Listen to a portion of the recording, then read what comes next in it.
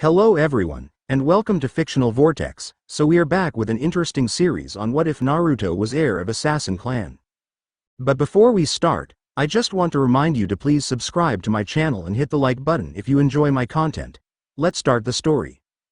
Hokage's office within the office of the Hokage, the Sandaime Hiruzen Sarutobi was just finishing up his paperwork. While it wasn't his favorite task, today he stomached it down so that he could get it done early. There was much work to do and some hard news to give. It was definitely not a good day for anyone. Sighing, Hiruzen took a glance towards the picture frames hanging from the wall, a silent reminder of those leaders that have already passed on after their service to the Leaf as both leaders and shinobi. His eyes locked onto the fourth one, the picture of the Yondaime. The yellow flash. It had been 6 years since that day, the day they lost so much and gained so little. The man in the picture wasn't smiling though. His straight face showed the true demeanor of his clan. Calm and calculated.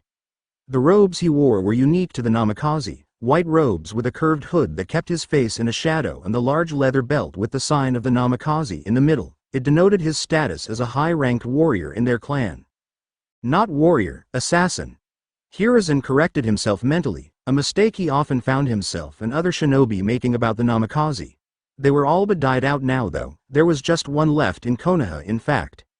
It was his birthday today. Hiruzen wondered if what he was about to do would be a gift, or a curse for the boy of 6 years. He would be separating him from his caretaker to live in the secluded Namikaze compound, all alone. It wasn't his decision though, it was the fort's. Sarutobi had no idea what Minato had cooked up for his son at such a young age, but the man was a hero and had rescued the village. Following through with his request was the least he could do. A knock came on his office's door and he sighed again, knowing just who it was. Looking himself over a bit and straightening out his robes, Hiruzen placed his hands together on the table and prepared for the meeting. "Come in please." The Hokage's strong voice reached the hallway and the door creaked open to reveal Kakashi Hitaki, Jonin of Konoha. "You asked to see me, Hokage-sama." Hiruzen nodded and indicated with his hand a free seat to take in front of the desk. The Jonin shrugged and sat down, waiting for a response. "I have summoned you here today to speak about Naruto Namikaze, the boy under your care. How is he?" Kakashi was taken by surprise by how professional the Hokage's voice was when speaking of Naruto. He was quite fond of the boy and usually spoke softer. "He is doing all right. I left him at home today before I came to speak with you. He'll probably be in my scroll drawer by the time I get back." The man smiled and scratched the back of his head. Naruto's lust for knowledge was insatiable and he was always getting into places he shouldn't. Hiruzen did his best not to smile but found he couldn't, allowing a curve to affect his lips. The boy was still so innocent at a young age, even with his clan's past which he knew little about. "I see. Kakashi, I have some bad news for you." Kakashi looked at the man, surprise and confusion etched in his features. "What would that be, Hokage?" He kept his laid-back attitude as he asked, hoping it wouldn't have anything to do with Naruto. "I am afraid I have to ask you to give up Naruto. It is time that you two become separated." Kakashi's eye widened and he began to stutter in a retort. But why, Hokage? Have I not done a good job as a guardian of him? Has someone else volunteered? I don't want to burden anyone, I just want to take care of my sensei's kid." Hiruzen shook his head. It wasn't Kakashi's fault they were doing this. "No, Kakashi, you have done nothing wrong. It was Minato's last wish for his son to be taken to the compound to live at age 6. I do not know why though. I'm sure you understand why I am keeping with his wishes and granting this request, don't you?" Kakashi wanted to say yes but he couldn't, not with the outcome of it. Naruto would be alone in a new place without any knowledge of what to do. "I can't, Hokage-sama, I just can't give him up like that. Sensei suggested that to you back when his clan was still alive. There is no one at that compound to take care of him. He is not ready to live by himself. He can barely fix rice and ramen. How can you explain this as something other than a death wish?" Kakashi hated to raise his voice against the Hokage, but his logic wasn't making any sense. "I thought the same as you, Kakashi. Why would Minato want this for his son? Then I noticed something interesting. Why would he want the boy transferred to the compound at 6 years if his clan was alive? Wouldn't they be willing to care for him? If Minato had this all planned out, then I can only guess he has a plan for right now too. You will follow this order, Kakashi. Do you understand?" Kakashi looked away from the man's hard stare. It was an impossible choice.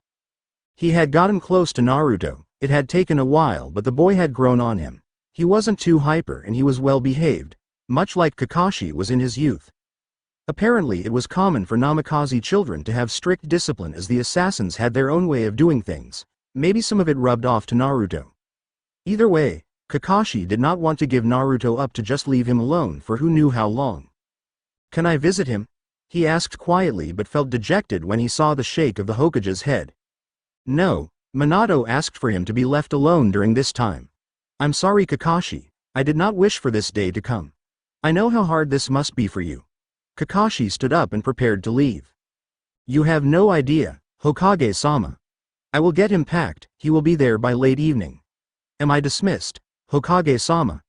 There was some venom from the man when Hiruzen's title was announced, an unfortunate but expected reaction from the Jonin. "Yes.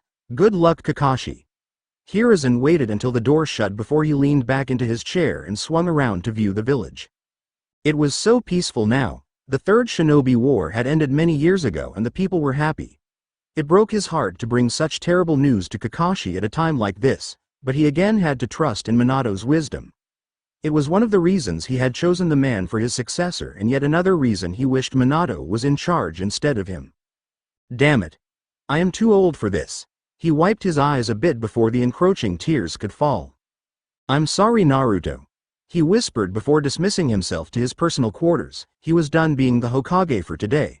That decision was the hardest one he had made all day. Konohagakure Kakashi Hitaki's apartment. Wow. This is interesting. Naruto was sitting on his bed, reading through one of Kakashi's jutsu scrolls. With his guardian out speaking to the Hokage, it gave Naruto the perfect chance to go exploring in the apartment. He had lived there for many years. For as long as he could remember, he had always considered Kakashi his older brother. The silver-haired man was always there when he needed him, always sticking up for him when someone would yell at him. It meant a lot to Naruto to have Kakashi as his guardian. It wasn't always like that though, and as Naruto had the thought go through his mind, he frowned and put the scroll down. Back when Naruto was really small, around the age of 3, Kakashi was still in the Anbu, forcing him to stay out late from home and go away on missions. The third tried to keep tabs on Naruto for his safety, but apart from Kakashi, few were willing to help Naruto. It got to the point where the townspeople got enough confidence to break into Kakashi's apartment and beat Naruto while he was inside. Luckily, Kakashi was on his way home from a mission when this happened and was horrified to find out just what happened. He stormed in to head the villagers out, finding a bloodied Naruto in the center of their hatred. Appalled, Kakashi took Naruto to the hospital with the third and renounced his place in the Anbu, asking to become a regular Jonin. The third was more than happy to accommodate the service to Kakashi, as he too felt it would be the safest choice for the boy. Ever since then, Kakashi rarely let Naruto out of his sight. Naruto didn't mind much though. The third always told him about how his dad used to teach Kakashi and thought of him as his best student. It made Naruto feel closer to his father by being near Kakashi, even if it was just a farce. Since he was not yet allowed to enter the ninja academy, Naruto's thirst for shinobi knowledge spilled over into his home life. Kakashi gave him basic scrolls, but just like his father, he easily surpassed that level of knowledge in the first week or so. It was then Kakashi's mission to keep Naruto from learning too much, lest he start becoming a ninja too early. With his great potential, Naruto could go very far. At the same time though, he was very fragile at his young age, so the third decided it was best to keep his learning in check. Naruto heard the door open and close and ran to the living room to go see Kakashi. When he arrived, he saw a strange sight. The man was looking down, as if he was dejected about something. Naruto didn't want to make things worse, so he waited to be acknowledged by the man. Kakashi walked over to Naruto and felt a slight pang in his heart and felt his throat go heavy as he tried to speak. "Naruto." Kakashi placed a hand on his shoulder and tried his best to articulate words. He was having a lot of trouble. "Go to your room and pack everything you need into a scroll. We are going somewhere." Naruto didn't understand the order but shrugged off his shoulder to go accomplish it. Meanwhile, Kakashi stood at the door, his face in his palm as he tried to calm his racing thoughts. He felt horrible every step he took, as he knew it was just taking him closer to leaving Naruto. It wasn't right to do what they were doing. What Naruto think of all this? "Sensei. What are you thinking? He's just a boy. Why couldn't you have waited?" I'm all packed, Kakashi-ni-san. Where are we going? Kakashi looked over to the hallway to Naruto's room and saw the boy standing there, his pants pocket now slightly bulging with the scroll. That's right, he has only been there once. With what happened on that trip though, I suppose his mind made him forget it. It was too much for him to handle at such a young age. Shrugging the thought off, Kakashi waved Naruto over to the door so they could get moving. It is a place you haven't been before, Naruto, outside the village. You will be there for a while, it'll help you become a strong ninja. Come on. Naruto was nervous about being in a place outside the village for a long time, but he figured that with Kakashi there he could become a strong shinobi even quicker. Okay Kakashi, if you're with me then I'm fine. Naruto's smile did it for Kakashi and he had to turn away, it was too much. Yeah. He said quietly, unable to even convince himself. Let's go Naruto. He leapt out of the doorway and into the village, feeling Naruto's presence close behind. They kept to the rooftops to not arouse attention. As it was common knowledge Naruto was the son of Minato. A majority of the villagers either respected or feared him. There was only a small faction willing to go to such lengths as kill him. Even with that small chance though, Kakashi still would not take any chances with the blonde Jinchuriki and taught him ways of stealth to keep himself hidden. Nothing notable, but a far higher level than a normal child should know. Is it really outside of the village, Kakashi-ni-san? Kakashi looked over his shoulder to find Naruto struggling to catch up. He was only 6 after all. Yes Naruto, the people who owned it preferred the privacy and security of the surrounding wilderness rather than be sequestered inside the village. It passed on the village's security for autonomy and the wilderness camouflage. The Namikaze were a private people. Their special profession encouraged a certain level of autonomy that the Third had respected, allowing them to have their own compound outside of the walls. Only a select few knew of its actual location, while the majority of the village thought that it didn't exist at all. Sure, they knew of the Namikaze, but where they lived and just exactly what they did was somewhat of a mystery. To be sure though, everyone knew the Namikaze family was unique. Just a single glance towards one and you could identify them. Their unique clothing consisting of white robes with hoods and masks that concealed their faces led them to look quite mysterious, almost monk-like. What they did though was anything but holy. Naruto had been kept from his clan for 2 reasons, the distrust by the council of what the Namikaze would use him for and because the clan itself wasn't a big fan of Minato. As anyone could imagine, the Namikaze being outside the village left a certain wedge to form between the normal Konoha shinobi and the Namikaze assassins.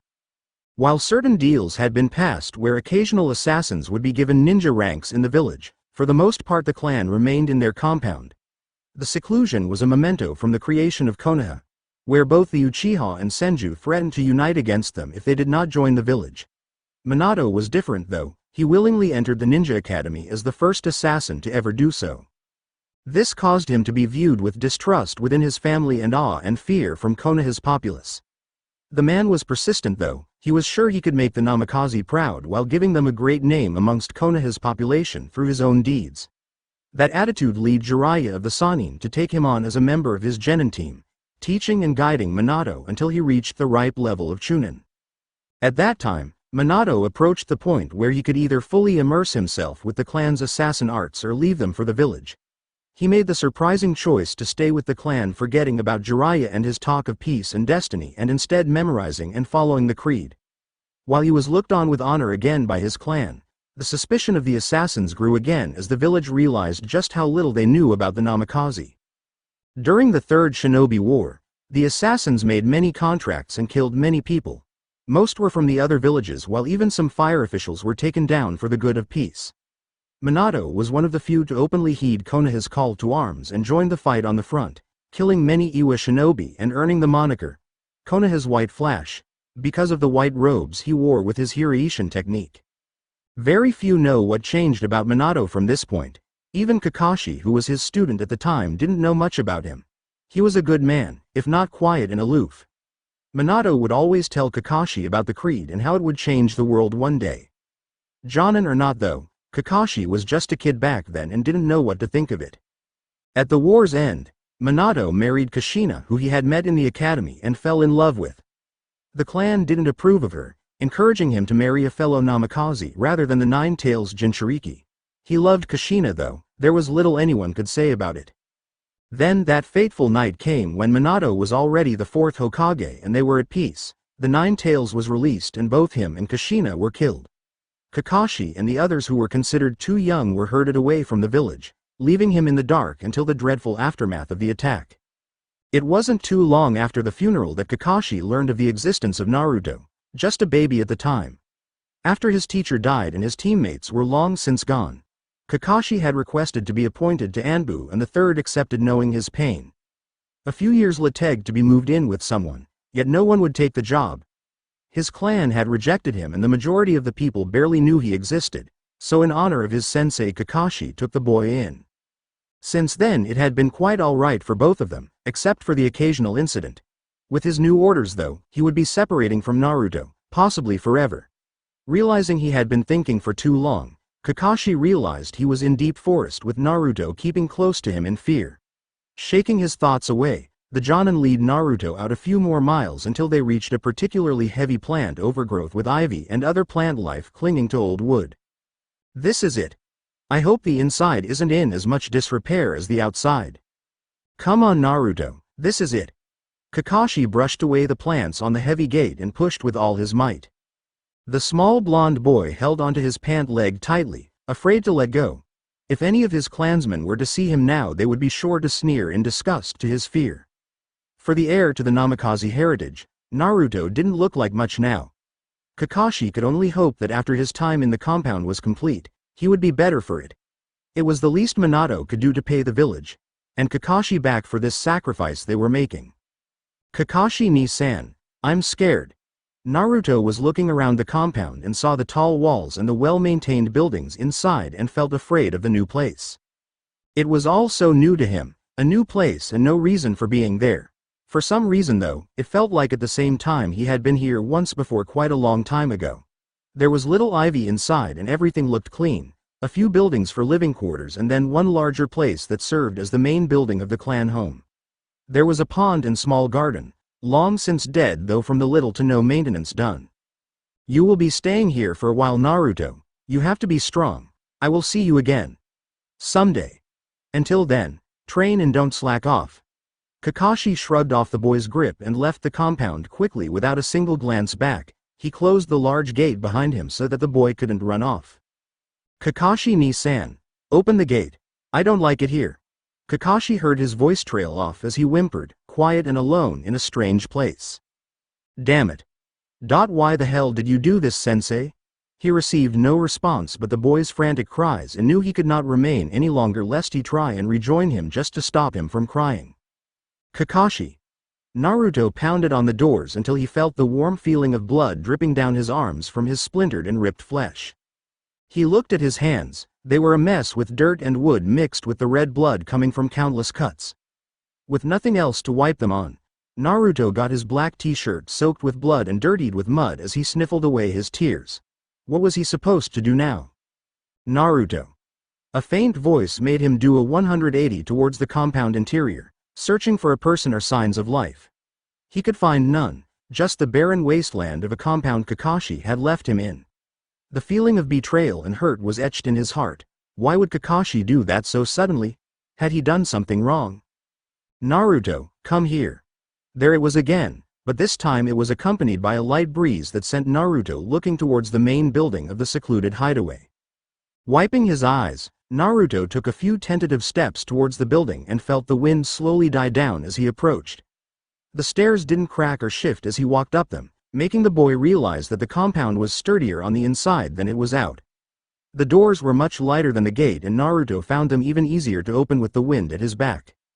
Closer Naruto, you are almost there. No longer afraid of the voice, Naruto actively searched it out as a companion to join him in the frightening place. It seemed to whisper from every corner of the building's lobby where he stood now, a lavish inside where multiple relics and other mementos hung from the ceiling. One interesting thing Naruto noticed was the immense amount of rusted bird cages hanging from the high ceiling. There were easily over 24 and the size was big enough for a hawk. The whisper came again and Naruto ran through the room over towards the staircase where a door was built into it. He opened it to find a dark pathway that would surely take him to the structure's basement and he hesitated at its mouth. Without warning he again felt the wind pushing him in and allowed himself the false sense of security as long as he felt the breeze hit his back. Naruto descended into the dark depths with nothing but the clothes on his back and no light to guide his way. Once he reached the end of the stairs, he found that instead of wood the new room was now made of a rare stone or marble. It was also illuminated, but how Naruto did not know. It seemed as if the light came from every direction, as if the sun could shine in the room. He walked forward to find that the location was in the rough shape of a circle with columns running around the center of the room and with a smaller walking path that ran around the circumference. In the center, Naruto saw a large coffin with a seal of some sort. What made him curious was that it was glowing. "What is that? Is this someone's tomb? You finally arrived, huh, Naruto?" The voice was loud now. It felt so close that Naruto thought the person was standing right next to him. With a deliberately slow movement, he slowly looked to his left to see if there was a person there, but found nothing. Turning to the right, he finally saw the source of the voice. It was a specter in the shape of a person. It had the ghostly blue color of chakra, and the person themselves were wearing some kind of white robe. Its face was almost unreadable, but Naruto could obviously tell they were smiling with the faint curled lips. The smile didn't help the fact that Naruto was standing next to a ghost. He quickly backed away into a corner to find the man looking quite disappointed at that. The ghost slowly approached and knelt to the cowering boy's level, close enough to touch but far enough to give Naruto space. "Do you not recognize me?" it asked, obviously with sadness in its once powerful and warm tone. Naruto shook his head, unable to speak. "How could that be? I thought for sure the third would allow you to keep the name Namikaze." Naruto's eyes widened at the name, and he knew now just where he was, the Namikaze compound. That's my name," Naruto said to the ghost, who didn't appear surprised at all. In fact, he laughed. "Haha. Well, of course it is. You are my son after all." Naruto's eyes widened again. This man was Minato Namikaze, his deceased father? You're my father?" Minato nodded, reaching out to touch his son only for his hand to go through Naruto's shoulder. "Are you a ghost?" Minato looked at him funny with a quirk of his head and chuckled. "No, I'm not a ghost. This is an imprint of my conscious that I left behind in a seal so that one day I could help teach you and so I could see you again.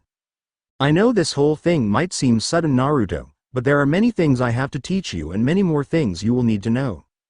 This world is in danger, Naruto, and you could be the only person out there that can stop it. To do that though, you have to become what people will fear and despise. You have to embrace the Namikaze name in all things." Naruto slowly stood up, reaching barely the waist of his father's imprint. The man was imposing yet at the same time welcoming with his warm smile.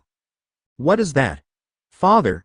Naruto was getting used to using the term, not yet comfortable with the situation of meeting his father. Minato didn't seem to notice as he stood near his son and gave his answer. "You will become an assassin, Naruto. Just like your grandfather, just like his grandfather, just like me." Namikaze compound. 1 year since arrival. Naruto awoke in his room, feeling felt as though the sores of yesterday's training were on him even after he rested.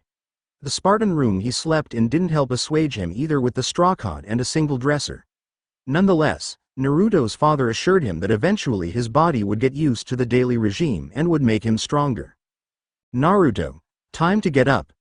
The boy complied and got dressed in his training garments, a gray-white robe that reached down to his thighs along with gray pants and ninja sandals. He followed his father through the bedroom door and out to the main hall of the building. Minato pointed up and indicated for Naruto to observe the multiple bird cages that hung from the ceiling, rusted over from years of disuse. "Do you know what those are, Naruto?" He looked them over. The cages were quite well made and very large, indicating a strong bird lived in them. "Some type of birdcage, right?" Minato nodded and pointed at his hood where it met above his head to form a sort of beak. "Our clan. No, all assassins have been likened to birds of prey. We view the masses from high above and select our target." Minato caught a feather that had been fluttering down, holding his hand in front of Naruto to see. "Then we swoop in and take them before leaving just as quickly as we came. This is who we are. This is what the Namikaze were before they disappeared." Naruto had figured that the clan had been gone for quite some time, considering how wrecked the compound was. "Vines cover everything. Wood in some places has begun to rot through, and it's been more than once that I almost fell through the floor. This place is in need of an upgrade." "What happened to the Namikaze, father? I mean, For them all to just up and vanish seems unlikely. Minato walked over to the front door to stare out into the compound, thinking. To tell you the truth, Naruto, I don't know what happened to them. I agree. I doubt they all just decided to leave. No matter how much they despised Konoha's rules, they had grown accustomed to living under the yoke of the Hokage. But then again, it is impossible to rule out other possibilities. Naruto heard his father hesitate a bit and looked on confused. What do you mean, Dad? Minato took another look at the compound's main grounds before turning back to Naruto. It's possible they were destroyed by someone or something. Naruto's eyes widened, not expecting his father to say such a thing so casually. But I thought you said the assassins were. Minato closed the doors and walked back over to his son. I never said we were invincible, Naruto, and we definitely had and still have many enemies. I wouldn't be surprised if someone decided that we had grown too strong or took revenge against us. Even then though, it's hard to believe they could get all of us. Either way, I'm going to train you to prevent that from happening. Naruto gulped and nodded, following his father into another room that held many books and scrolls. Naruto entered and found the entire room to be very well kept, even with the decay setting in around the rest of the building. All the books were neatly shelved with many rows of books, each well organized, and scrolls laid out neatly on tables or stands. His father had migrated over to a particular shelf and was looking at labels when he noticed his son standing still at the door in surprise. Knowledge is power, Naruto. When we know everything about our opponent and they know nothing of us, it is a victory. All of these books are somehow useful to you in your training, not only in the assassin but ninja arts as well. I'm looking for a book right at this moment that should jumpstart your chakra lessons. You already have the books on the assassin order, correct? Naruto had been studying ferociously to learn as much as he could in a short period of time. Yes, I have made it through them all already. It spoke of many things I haven't heard of, like hidden blades, free running, and some jutsu I haven't even imagined. Minato chuckled. His son was only 7 after all, and there was no way he could comprehend some things so quickly. That's okay, Naruto, we will get to it all in time. Now to refresh your memory, tell me the creed and what it symbolizes. The apprentice assassin shifted uneasily, struggling a bit to remember. The first tenet says to stay our blade from innocence.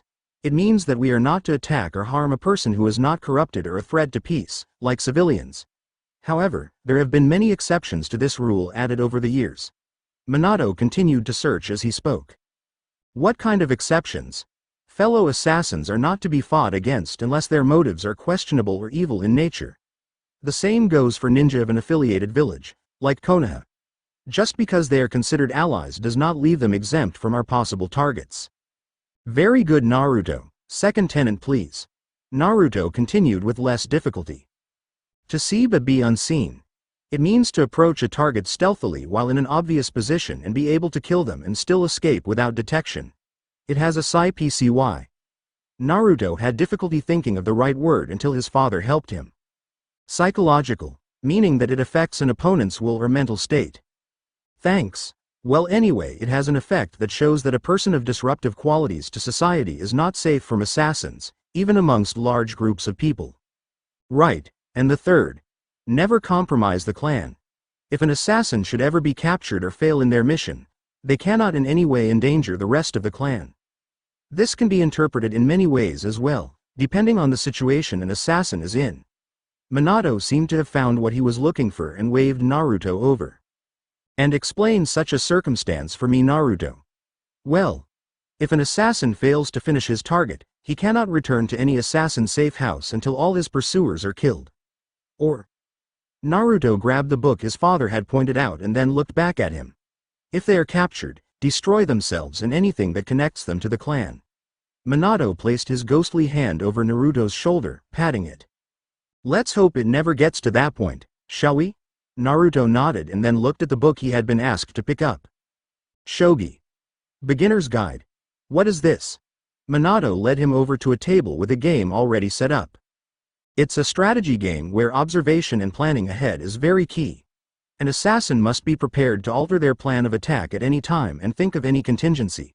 Since you are nowhere near the level of killing another, we will start small with a game. Read up on that, Naruto, then you and I can play.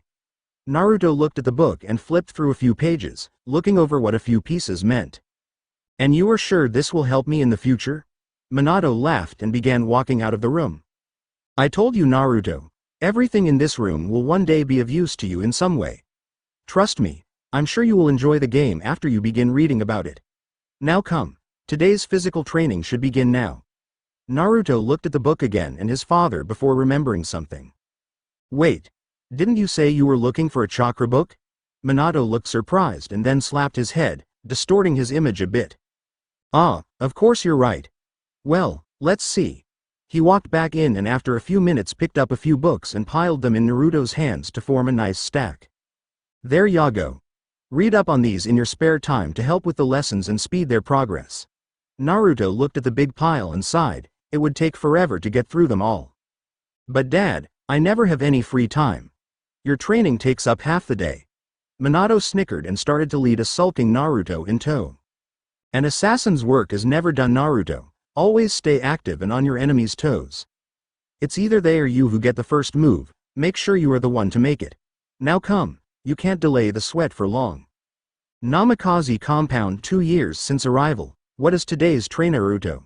We will teach you how to free run. It's about time you learned, but I couldn't rush it until your body could take the physical requirements needed for it. Even though you are only 8 years old, you are very strong, both mentally and physically.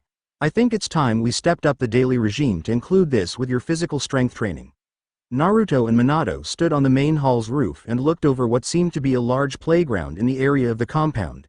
Ledges, grips, and other handholds were everywhere on the roofs and sidings of the buildings and walls. Whoa! Where do we start? Minato pointed to a nearby ledge and leapt over to it effortlessly, landing with both feet planted and not even a hint of sound. He waved for Naruto to jump next and the boy edged over to a better spot. It might help to get a running start for your first try, his father shouted in encouragement, but Naruto barely heard, too engrossed in thinking of how he could make the jump. Assassins have been doing this for centuries. That means I can do it too. Naruto leapt forward and landed on the piece of wood with both feet planted firmly. He looked over his shoulder to prove to himself he had actually done it and was amazed at the distance he had jumped. His father had told him that even though ninja could easily jump or use chakra to enhance their movements, assassins continued to teach the free run to the next generation. Not only did it provide tougher training that hardened assassins to difficult movements, but it also gave them the advantage when chakra was unusable. Nice job, Naruto. Now try and keep up. Minato ran over the roof and leapt to the next with Naruto close behind. Each landing began to feel more and more natural as they moved around the entire compound. They scaled the walls, ran up walls, and explored every spot Minato had ever been to in his time of being there. In that time, Naruto felt more like a Namikaze than he ever had previously and felt 10 times stronger than anyone his age should have. It didn't seem real that an 8-year-old could do such feats of acrobatics, but Naruto proved them wrong. Minato and Naruto made one last jump and reached the top of the clan hall where they started. We're done. That was great, Naruto. You kept great pace for your first time. Naruto? Minato looked to see his son had fallen asleep from exhaustion. It seemed even his body had limits. Minato frowned. He couldn't interact very well with most objects, and whenever he tried to touch Naruto his hand fell through. While he was glad he could see him, it hurt him to not be able to pat his son on the back or rub his head. Now he would have to wait for the boy to wake up before they could continue, and so he settled for just watching his son sleep peacefully on the rooftop. I want to keep that smile going. For as long as I can. Namikaze compound 4 years since arrival. Go Naruto, charge him. Naruto ran forward and sliced through the first straw dummy, opening up what would be the victim's stomach. Another dummy came forward and Naruto then turned into an imaginary attack and stabbed through its neck with his hidden blade, attached to a leather arm guard. Both dummies were down while Naruto got back into a ready stance with his sword out. Minato stood on the sidelines, overseeing his son's weapon practice. He had allowed his son to start using weapons at age 9, beginning with simple throwing knives until he began to instruct him on the use of the hidden blade and other weapons within the Namikaze arsenal. Naruto had taken to his hidden blade the most, preferring it over larger, bulkier weapons. However, even he knew he couldn't block all attacks with his hidden weapon, nor did it have the reach a sword could afford. Therefore he began using one supplied by his father. Even though Naruto's chakra training was still not completed, Minato knew that his son could eventually take advantage of that and add to the strength of all his bladed weapons. Very good, your speed and reflexes are getting better. Your hidden blade attack left your side defenseless, though since you overextended, you don't go for style points in a battle. Naruto had slowly gotten used to his father's criticism of his tactics. However, he was known to butt heads on occasion. I'm sorry, father, but my reaction time wouldn't have been fast enough with my sword, and he showed up on my left side, making it more convenient to use the blade. I couldn't have dropped my sword either or sheathed it in time, and its weight meant I couldn't back off, or else I would be open for a frontal attack. I took the risk of being wounded in a non-vital area to hit both enemies in succession and succeeded. Minato stood there a moment before sighing. He didn't like arguing with his son, especially when he felt he was in the right. I won't argue, Naruto, just remember to keep your guard up. As an assassin, you generally shouldn't be put in situations where you have such prolonged combat, but since you will be a ninja as well, you will be forced into such situations that demand stamina as well as strategy. You can't always risk taking a hit, because one hit is all it might take. Naruto conceded on that point. There were way too many ifs as far as the situation of the incoming hit. Right, I understand. Minato began walking toward the stairs to lead them out of the basement that had served as their training pit. I hope so. Now then, I'd like you to follow me. I have something to show you. Naruto followed after his father as he led him through the halls and down a familiar path. It was the passageway he used the first time arrived 4 years ago, where he first met his father. The marble flooring and bright light hadn't changed much since his arrival, belying Naruto's improvement since he first came. The room, unbeknown to Naruto at the time, was actually a tomb where the greatest and most renowned assassins were buried. His father was located in the center of the room as the most recent master assassin of the Namikaze to pass. Arriving at the center of the room, Naruto and Minato stood in front of Minato's tomb. He patted the top, wiping away the few cobwebs to gather. Standing amongst them, Naruto felt a sense of unworthiness and shifted uneasily. Don't worry, Naruto, this is right where you belong. I wanted to tell you a little more of our history. And tell you what you will do in the future to ensure the Namikaze continue. Please, walk with me. Naruto followed as his father went over to a statue of a faceless assassin in the ceremonial robes. Inscribed at the foot of the statue was the person's name, and upon reading it caused Naruto to look back at the statue in awe. Maki Namikaze, founder of the Namikaze clan, fire sect of assassins.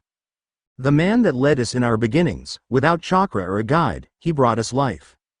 Entombed here is Maki Namikaze, the founder of our clan. As you know, there are dozens and maybe even hundreds of clans of assassins. These are divided into sects depending on their location in the world. For example, we are a part of the fire sect because we live in the fire country. Our neighbors in Suna are considered the sand sect of assassins as they live in the deserts of wind country. Naruto ran his hands over the nameplate to remove more dust as his father spoke, thinking over what his ancestor was like. As it says there, Maki created the Namikaze during the dark times where war was rampant. Keep in mind this was before even the clans like the Uchiha or Senju were there. Even before the Sage of the Six Paths. In an attempt to bring order, he led the original assassins that he commanded in a fight against evil and corruption.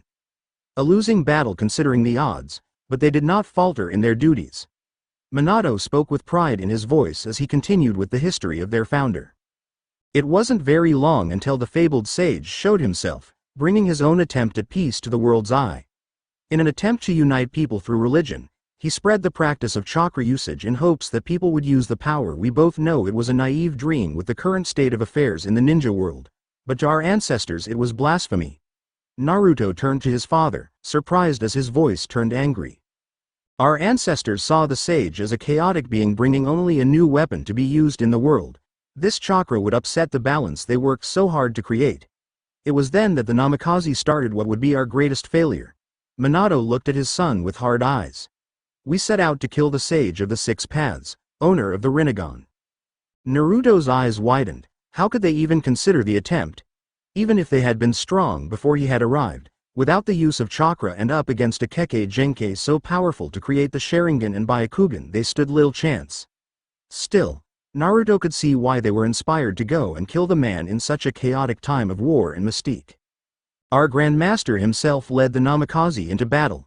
defeating his closest followers who were just beginning to learn the start of ninjutsu before they arrived at the sage's home. That was where Maki battled against him and in the end was forced to retreat, conceding defeat to the sage and tipping the balance in favor of chakra users. Minato let his voice fall to a whisper as the light flickered in the room with uncertainty. It was at that point many began to question whether the old order could continue to operate effectively against new enemies with powerful abilities. They couldn't just kill the chakra users who traveled to towns to teach others. It had grown too far and too fast. Once Maki died, our ancestors had to accept defeat and reorganize the assassins for the new world. Naruto knew what happened next. It was one of the most influential changes to their entire order. Chakra was introduced in assassin training, Naruto said, receiving a bitter nod from his father. Yes.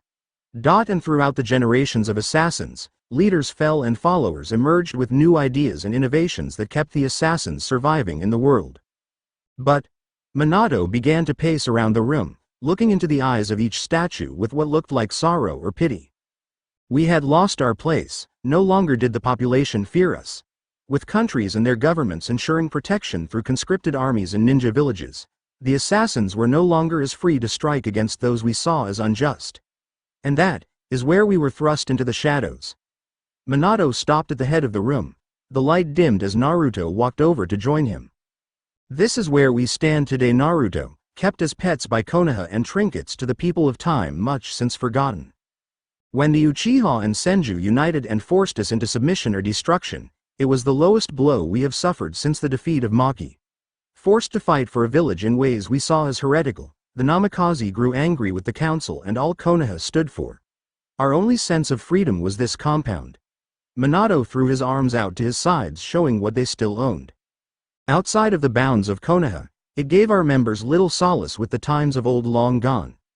I sacrificed my honor in the clan to try and become a ninja as much as an assassin, but I failed when I found myself losing faith in not only the village but the clan itself. At first I really thought I could change the way our clan was looked at, but I was wrong. Then your mother came along and... Naruto saw his father shift uncomfortably and balled his fists. Father. You never told me much of my mother. Who was she? Minato turned to Naruto and he saw his indecision in speaking of her. She. Was an odd one. Destined from the start to be opposites, she and I came together in the most strangest of ways. Would you believe me if I said the first thing I fell in love with was her red hair? Minato smiled as Naruto broke into a smile and chuckled. It gave him time to remember those days. I still don't know how we got married, let alone had you, but I can't say I regret it. Still, it made dealing with the clan very difficult. They weren't very fond of her, unfortunately, and they practically saw it as a betrayal when I married her. I don't even know how they kept talking to me when I became the Hokage, but somehow back then it didn't matter much to me. As long as I could see her smiling face. I guess love is a wonderful thing. Minato spoke more to himself now than Naruto, but the boy got an idea of his mother now. Was she nice? Naruto asked, only to hear his father break into laughter. Haha, she was nice if you deserved it. If you didn't, well, she could be quite the devil. And don't even get me started on her temper. But she was a lovely woman, if not a bit tomboyish. She was so happy when she found out she was pregnant. You should have seen the way her face sparkled with tears of joy. My only regret is that we couldn't survive to raise you, so that you could see us in our natural form instead of a ghost talking to you about things in the basement of a rotting compound. Naruto stepped forward to join his father in the light, illuminating his center coffin. I don't mind the rotting wood so much anymore. I don't know if I could fall asleep without the sound of snapping wood and creaky boards. Minato put his arm around Naruto and chuckled, sharing a laugh of their pitiful surroundings. But what I wanted to say was that, I'm glad you brought me here, Dad, to learn all of this, to experience the things I wouldn't have if you hadn't have done all this. After being here for 4 years and learning all of this stuff about assassins, I really am proud to be a Namikaze, and I want to bring us back to what we were. Minato looked surprised at his son. He hadn't expected such a confession. Naruto, be careful with your words. You are only 10 years old and yet you are considering bearing the shame of dozens of generations before you. That is a lot to handle for just one Namikaze. I don't want you to think that I did all this so you would avenge us. Your ancestors and I would be glad just to see you get a wife and child, let alone fix this place up. What I am saying is, You don't have any obligation to do that. Naruto's face scrunched in stubborn determination, surprising his father. I know and I don't care, I'll do whatever it takes to make sure the Namikaze are remembered for the right reasons. Minato sighed and smiled, that was definitely something he inherited from his mother. Alright, I concede. It is your decision after all, I am only here to give you the power to do so. Now there is one last thing I need to show you for the day. Step over here by my tomb. Naruto stood before the tomb and watched as his father knelt down and pressed a piece of stone in on the side, revealing a keypad. This is technology long since forgotten how to replicate, however, it is still serviceable to those with the knowledge to use them. On this keypad, you must input a certain code and upon doing so will reveal an area below this one that will help you further your training to the highest level. Naruto leaned in and observed the piece of technology. It had the numbers 1 through 9 with a small bar above to display text. Where did this technology come from, father? Minato ran his hands over the console, a hard face settling in on his visage. Oh, from a variety of caches and secure locations. We've had many enemies and many allies, but when the ability to replicate became lost to time, the only thing left to do was stockpile it. This is one of the few things the Namikaze were able to procure, but it may be the most important. When you feel ready, Naruto, you will input the code and enter the lower sanctuary to ascend to the level of Master Assassin, just as I did and the previous ones did as well. Naruto looked at his father in confusion. How long have we had this? It looks brand new. Minato chuckled and stood up. Many generations, but it's been kept in great care because of its importance. Be sure to come down once in a while and clean it when you visit me. Naruto stood up as well and waited for something. Are you ready for the code? Naruto nodded. Every time a new master takes the journey into the depths, he is allowed to change the code. I changed it to your birthday, the 10th of October, and to the age you would be when you finished your assassin training, 14. Remember it wisely since I doubt it will be any time soon you decide to take the test. Naruto took a moment to remember the numbers while his father began to walk toward the exit. 10-14. Naruto whispered in thought before realizing he meant to ask Minato something. But father, when will I be ready for the test? Minato stopped and turned around to face his son, his serious tone returned. Every master assassin goes through his own share of revelations and scars in life. It's when they realize they aren't adequate for the task at hand with their current body they then realize what is needed to be done. You will have to answer that question yourself, but you will know when the right time is. Now. Minato began to smile as he waved his son over. It's time for your daily shogi game, come. Naruto began walking toward his father, his mind filled with excitement of his future. Namikaze compound. 8 years since arrival. Minato walked through the newly refurbished clan hall. The fresh new wood left a tingling scent in his nose. Or at least that's how his son described it. It had taken some work, but with Minato's teaching and an unknown source of bottomless stamina, Naruto had rebuilt the central hall of the Namikaze. He didn't know if it was because of his son's determination to revive the clan or if he had just gotten tired of the damaged and desperate building, but either way, it was good to have it back to the way it once was. The old Grand Master was heading toward the inner sanctuary where his son had preferred to stay for his meditations. It was a very quiet place and well illuminated thanks to age-old devices few knew still existed. It also gave his son a sense of belonging to stand amongst the greatest assassins to ever live. The meditation also served to help Naruto with his chakra exercises, which were especially important since he had begun exploring the possibilities of his nature affinities. Minato had made a name for himself with his own wind chakra, having created a jutsu that had helped Konoha win the Third Shinobi War and that multitasked as an assassin's perfect weapon. It's been so long since I used that jutsu. Or any for that matter. It's finally time for me to pass the torch to Naruto. And it's time for him to go outside of the compound. Naruto, are you here? Minato stepped into the room to see his son sitting in front of his coffin, meditating with a slight aura of blue chakra emanating around his body.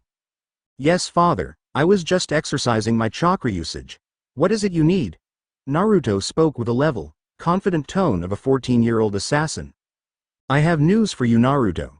It's finally time for you to spread your wings. Naruto's eyes widened from under his hood. Did that mean it was time for him to leave? I will administer your final test today, and should you pass, you will receive the mark of the Namikaze and receive your new outfit befitting of a novice assassin. Naruto stood up and walked to his father, confusion etched on his features. Father, is there really nothing left for you to teach me? I know it's been just about 8 years now, but it feels as though there is so much more to do. Minato smiled and clasped his son's shoulder. His chakra had grown weaker over the days until he was barely visible in bright areas.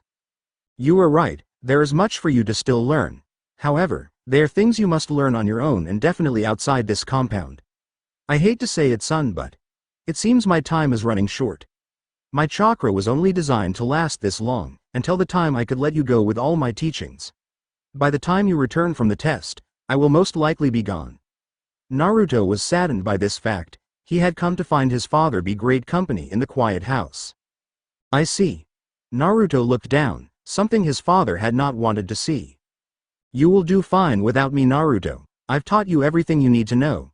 It's now time to begin training as a ninja, just like I did. After your test is completed, go see the Hokage in his mansion and request to be placed on a team. The old man always had a soft spot for the assassins and he should be quite welcoming. Minato stopped talking when he realized his son was shaking a bit. I don't want to become a ninja.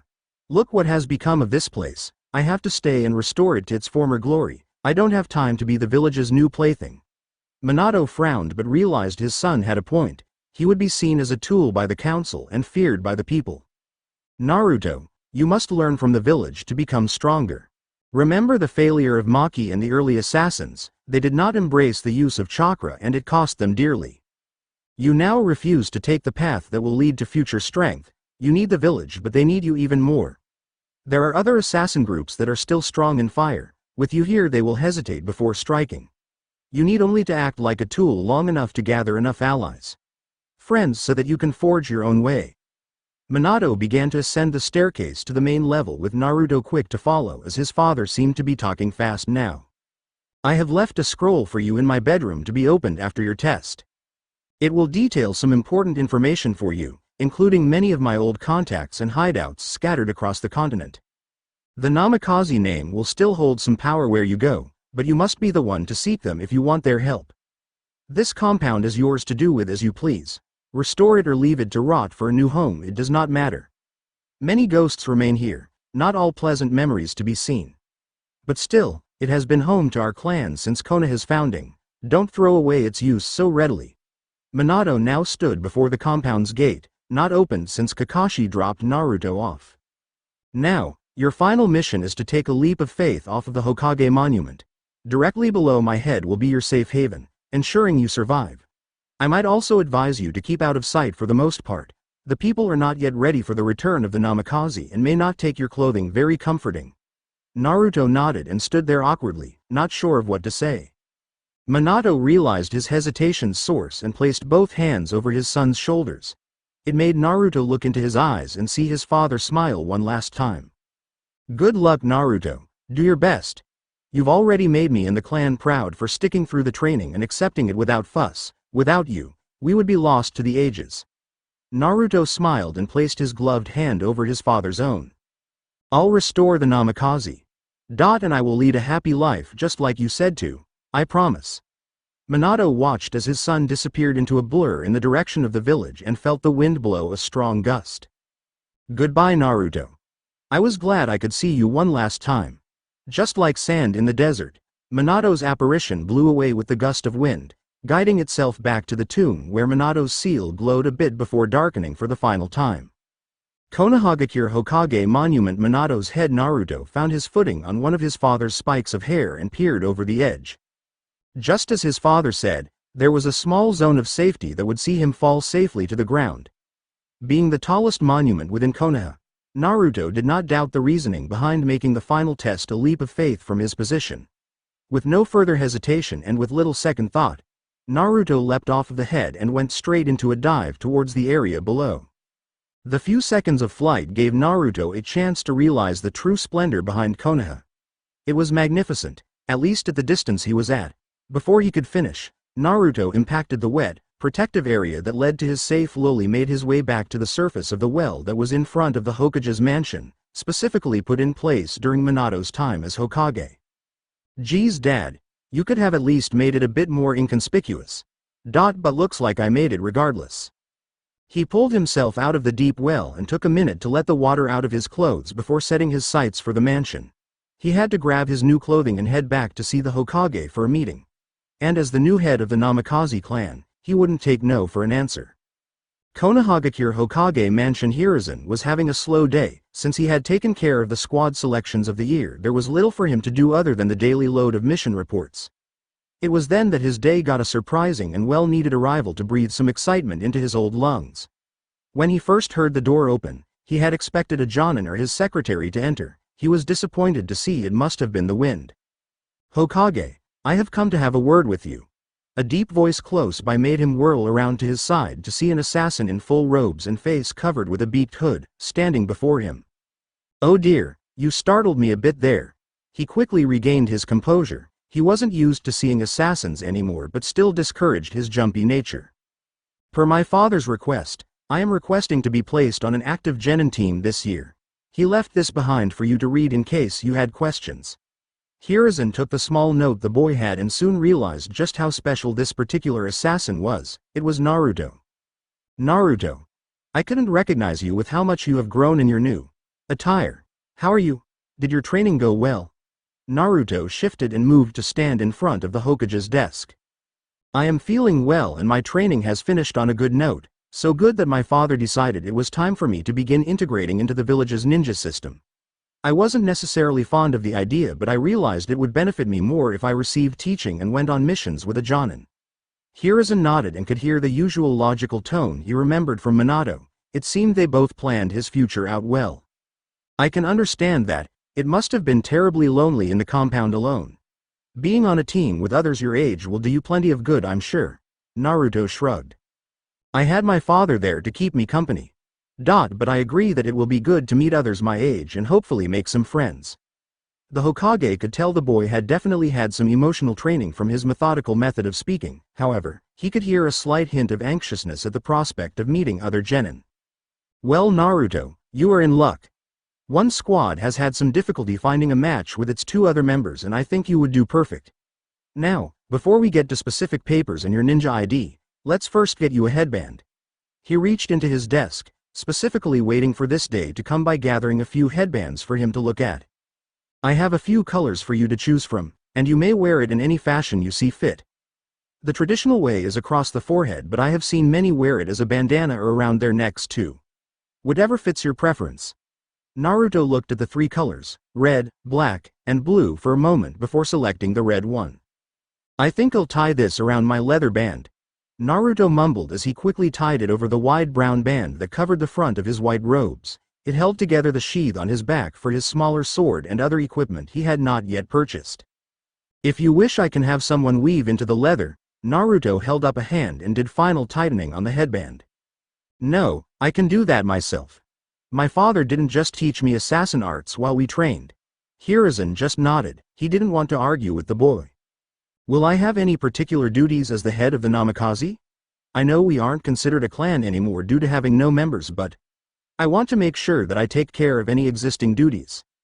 Hiruzen hummed in thought a bit before clasping his hands together. "I don't believe so. All your land taxes and such for having a compound were waived in the original agreement at the founding of Konoha, so no need to worry about that. For the rest, well, you don't have to worry about any of that until your clan reaches a sufficient size. For now, enjoy the freedom of your age and worry about your missions." Naruto nodded in assent, glad to have a few less responsibilities. "Is there anything else I should know? I would like to meet my new team as soon as possible." Hiruzen huffed and pulled out a scroll with the graduating class of that year.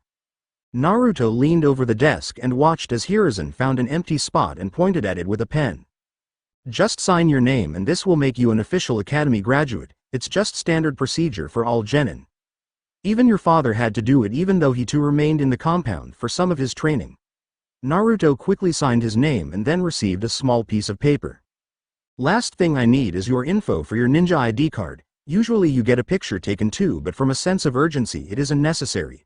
I don't think you would be fond of the idea either, right?" Naruto shook his head and quickly filled it out with his simple info. It was mainly used to identify him to medics should he be unable to respond or to legitimize his ties with Konoha if asked by another nation. "Perfect," Hiruzen said as Naruto gave him back the paper and he leaned back in his chair. Naruto began to grow impatient with the man as all he did was stare at him for a few moments. You really do look just like your father. Hiruzen muttered before sighing. Those days were over now. It was his son standing before him, not the young Minato he remembered. Your platoon is Team 7. I believe they are currently waiting at the academy for their Jonin instructor. If you hurry you can catch them for introductions. Hiruzen smiled as Naruto nodded and disappeared to go find the academy. It was then that the door opened. That was him, wasn't it, Hokage-sama? The Sarutobi welcomed the new arrival with a nod. Kakashi Hitaki had been waiting for the day for a long time now to see his young charge. Yes, he is now headed for the academy to meet his teammates. And you. Best to get moving and not be too late lest they get the wrong impression of you. Kakashi nodded and turned to leave. And Kakashi. Remember, this isn't the Naruto you raised. He is an assassin now, a damn well-trained one from what I can tell. He won't be as affectionate as you might think. Kakashi hesitated for a moment before nodding in assent. He had waited this long, he wasn't about to mess it up a second time. I'll take it slow, Hokage-sama. I will only open up to him if he is willing. Until then. Kakashi stepped out of the office. I'll be a lazy Jonin teacher, just like usual. Konohagakure Academy room. Sakura and Sasuke had been sitting there for the past half hour waiting for their Jonin teacher, and it was really starting to wear on them. All the other instructors had been there as soon as the teams had been named and everyone else filed out, leaving them to remain embarrassingly behind. Sakura wanted to speak to Sasuke now more than ever that they were alone, but as usual he was off in his own world and ignored any inkling she gave of wanting his attention. Sometimes I wonder why I bother, she thought to herself, but quickly refreshed her memory about why she wanted Sasuke to rub it in her rival's face, and because everything he did was just so cool. How much longer will this idiot make us wait? Sasuke wondered aloud, startling the pink-haired girl. I'm not sure, Sasuke-kun. Surely not much longer. He is a Jonin after all. Getting here quick shouldn't be a problem. He probably just got hung up on in an important meeting or something. Sasuke accepted her answer with a huff and went back to staring at Ta's disappointment. Suddenly, the door opened and then a man with silver hair and one black eye entered with standard Jonin apparel. It looked to them like their teacher finally decided to show himself, but the excuse Sakura gave didn't seem very apparent as he walked in casually with a book of questionable material in his hands. With one eye, he appraised the two before putting the book away for both hands in his pockets. Yo! He gave a quick wave to introduce himself, surprising the genin with his casual attitude of tardiness. I'm Kakashi Hitaki, and I'll be your Jonin instructor. From what I can tell. You two look pretty disappointing for graduates of the academy. Sasuke's eyes went wide and then narrowed in anger over the insult. Sakura gulped as she looked back and forth between her teammate and her teacher, wondering whether she should feel insulted or nervous. Kakashi didn't seem to be very forgiving as he shrugged and paced back and forth a bit in front of them as he continued to speak. It's my understanding that your squad didn't have a third member yet. Do you have any news of him? Sakura raised her hand spiritedly. She always loved to be of help with the teachers with her smarts. Kakashi lazily pointed at her to indicate she could speak before she said her answer proudly. Iruka-sensei said that the Hokage would send him over as soon as possible, sir. Kakashi shrugged and looked over to the classroom's balcony, feeling the sun intensify a bit. Well, looks like we won't have to wait so long after all. He's been here the entire time. Sakura and Sasuke followed his eyes to see a person standing there with their arms crossed, watching them. How long has that guy been there? Sasuke cursed himself for not noticing sooner. Whoa. His white robes let him blend in perfectly. I couldn't see him at all at first. I wonder if he is from a particular clan or something. I've never seen that kind of clothing before. Sakura looked him over, impressed with what she saw. Kakashi appraised him lazily as well, but instead of insulting him shrugged. The headband was enough to tell them that he was the real deal for their third member. You'll do. I think we should go ahead introduce ourselves since none of you know me and you especially don't know our new arrival. Meet me on the roof. Kakashi disappeared in a puff of smoke, leaving the three alone in the quiet classroom. Well, shall we go? Sakura stood up and got ready to invite the other when he was already gone from his place on the balcony. Naruto had already started to climb up the wall when Kakashi disappeared. She scratched her head, surprised at the new guy's ability. First he snuck up on them while they were in the classroom, and then he had the ability and speed to scale the roof quicker than they could get up from their seats. Let's go then, Sass. Sakura turned to see the boy was already leaving the room, and her, behind. Hey, wait for me. Konohagakure Academy roof. The three new genin stood apart from one another, each with their own thoughts of their pairings and the teacher himself. At the moment Kakashi just had them facing towards him as he leaned against the guard rail, hoping to fish out some reaction from them. He was especially hoping for Naruto to say something, but he didn't expect much after the first minute or so had passed. Guess he really doesn't remember me. Is there a point to this? I'd like to get this moving along. Sasuke and Sakura looked at their teammate in surprise. They didn't expect him to speak out against the Jonin's instructions. Who is this guy? He must think he is pretty strong to be that bold. I wonder how I measure up to him. Sasuke analyzed him, finding it difficult to get a good reading of his strength with only knowing him for a few minutes. What? I've never seen someone speak out against a sensei so casually. I hope we don't get dragged into this too. If we do, we'll just have to beat the crap out of him after this is over. Sakura didn't like it, but she had to concur with her inner personality. Getting on their teacher's bad side so early would only spell trouble for them. The guy had obviously not taken any class with them in the academy, so she couldn't read him or his personality very well. However, if he thought he could get away with that talk, he was dead wrong. Their teacher may have seemed like a slacker with his tardiness, but Sakura could tell he was a very powerful shinobi, and she was taught that the powerful demanded respect, which she would readily give. Oh ho! Kakashi pretended to be surprised by the outburst. Looks like someone is in a hurry. Anything in particular you would like us to do next? Naruto stared him down with a serious face. He didn't like being made fun of. I expected you to actually teach me something or take us on a mission. Isn't that your duty as a Jonin of this village? He responded, sarcastically. Who do you? All right. How about we learn a little about everyone here for our introductions, then we can see about teaching you something. Sakura was about to reprimand him when Kakashi read the situation and settled to appease the blonde. Naruto stood there a moment, unmoving. Sakura figured he would try and make another argument, but surprisingly he knelt down on one knee to get comfortable and waited. Sasuke huffed and soon sat down too in his usual thinking pose with both hands interlaced in front of his face. The only female looked between the two as if she missed the memo and just gave an explosive sigh before sitting down in the middle. Kakashi gave a forced smile at their reactions and decided to move on. Well, now that we are all settled, let's start with your introductions. Why don't you start since you seem so eager to move on? Kakashi pointed at Naruto and the boy shrugged and hesitated, giving Sakura her chance to intercede. But sensei, you should go first to show us what we should do. What are we even supposed to say? It's not fair to. My name is Naruto Namikaze, son of Minato Namikaze and the Yondaime Hokage. Sakura and Sasuke's heads swiveled as soon as he said those words. There was no way that he was the son of the fourth. But, I thought the fourth didn't have any children. Sakura mumbled as she tried to remember what she read in her textbooks, while Sasuke just eyed Naruto in a whole new light. Son of the previous Hokage? He must be powerful. He is a perfect matchup on this team after all. I thought I'd be stuck with Sakura this entire time, but it looks like I have a real sparring partner. I have few likes that I would share with you, and even less personal information that would be safe to say. It isn't like my clan to involve outsiders in our personal affairs. They figured his clan was pretty tight-knit from that statement, especially considering they hadn't seen any around before like him. But it's safe to say that I hate criminals and those who would upset peace in the world. I live by the creed to keep the world in balance. Kakashi remembered Minato saying similar things to him when he would speak of himself, living by the creed and protecting innocence. And I have but one goal, to resurrect my clan and show Konoha the true might of the Namikaze assassins.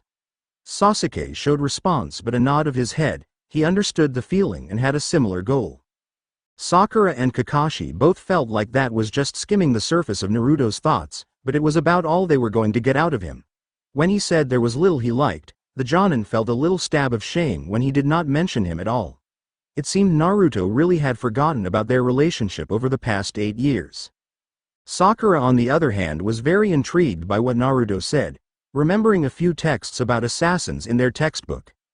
There was apparently a clan of assassins that had existed within Konoha since its founding, but they didn't have a compound in the village, so it was rare to ever see one.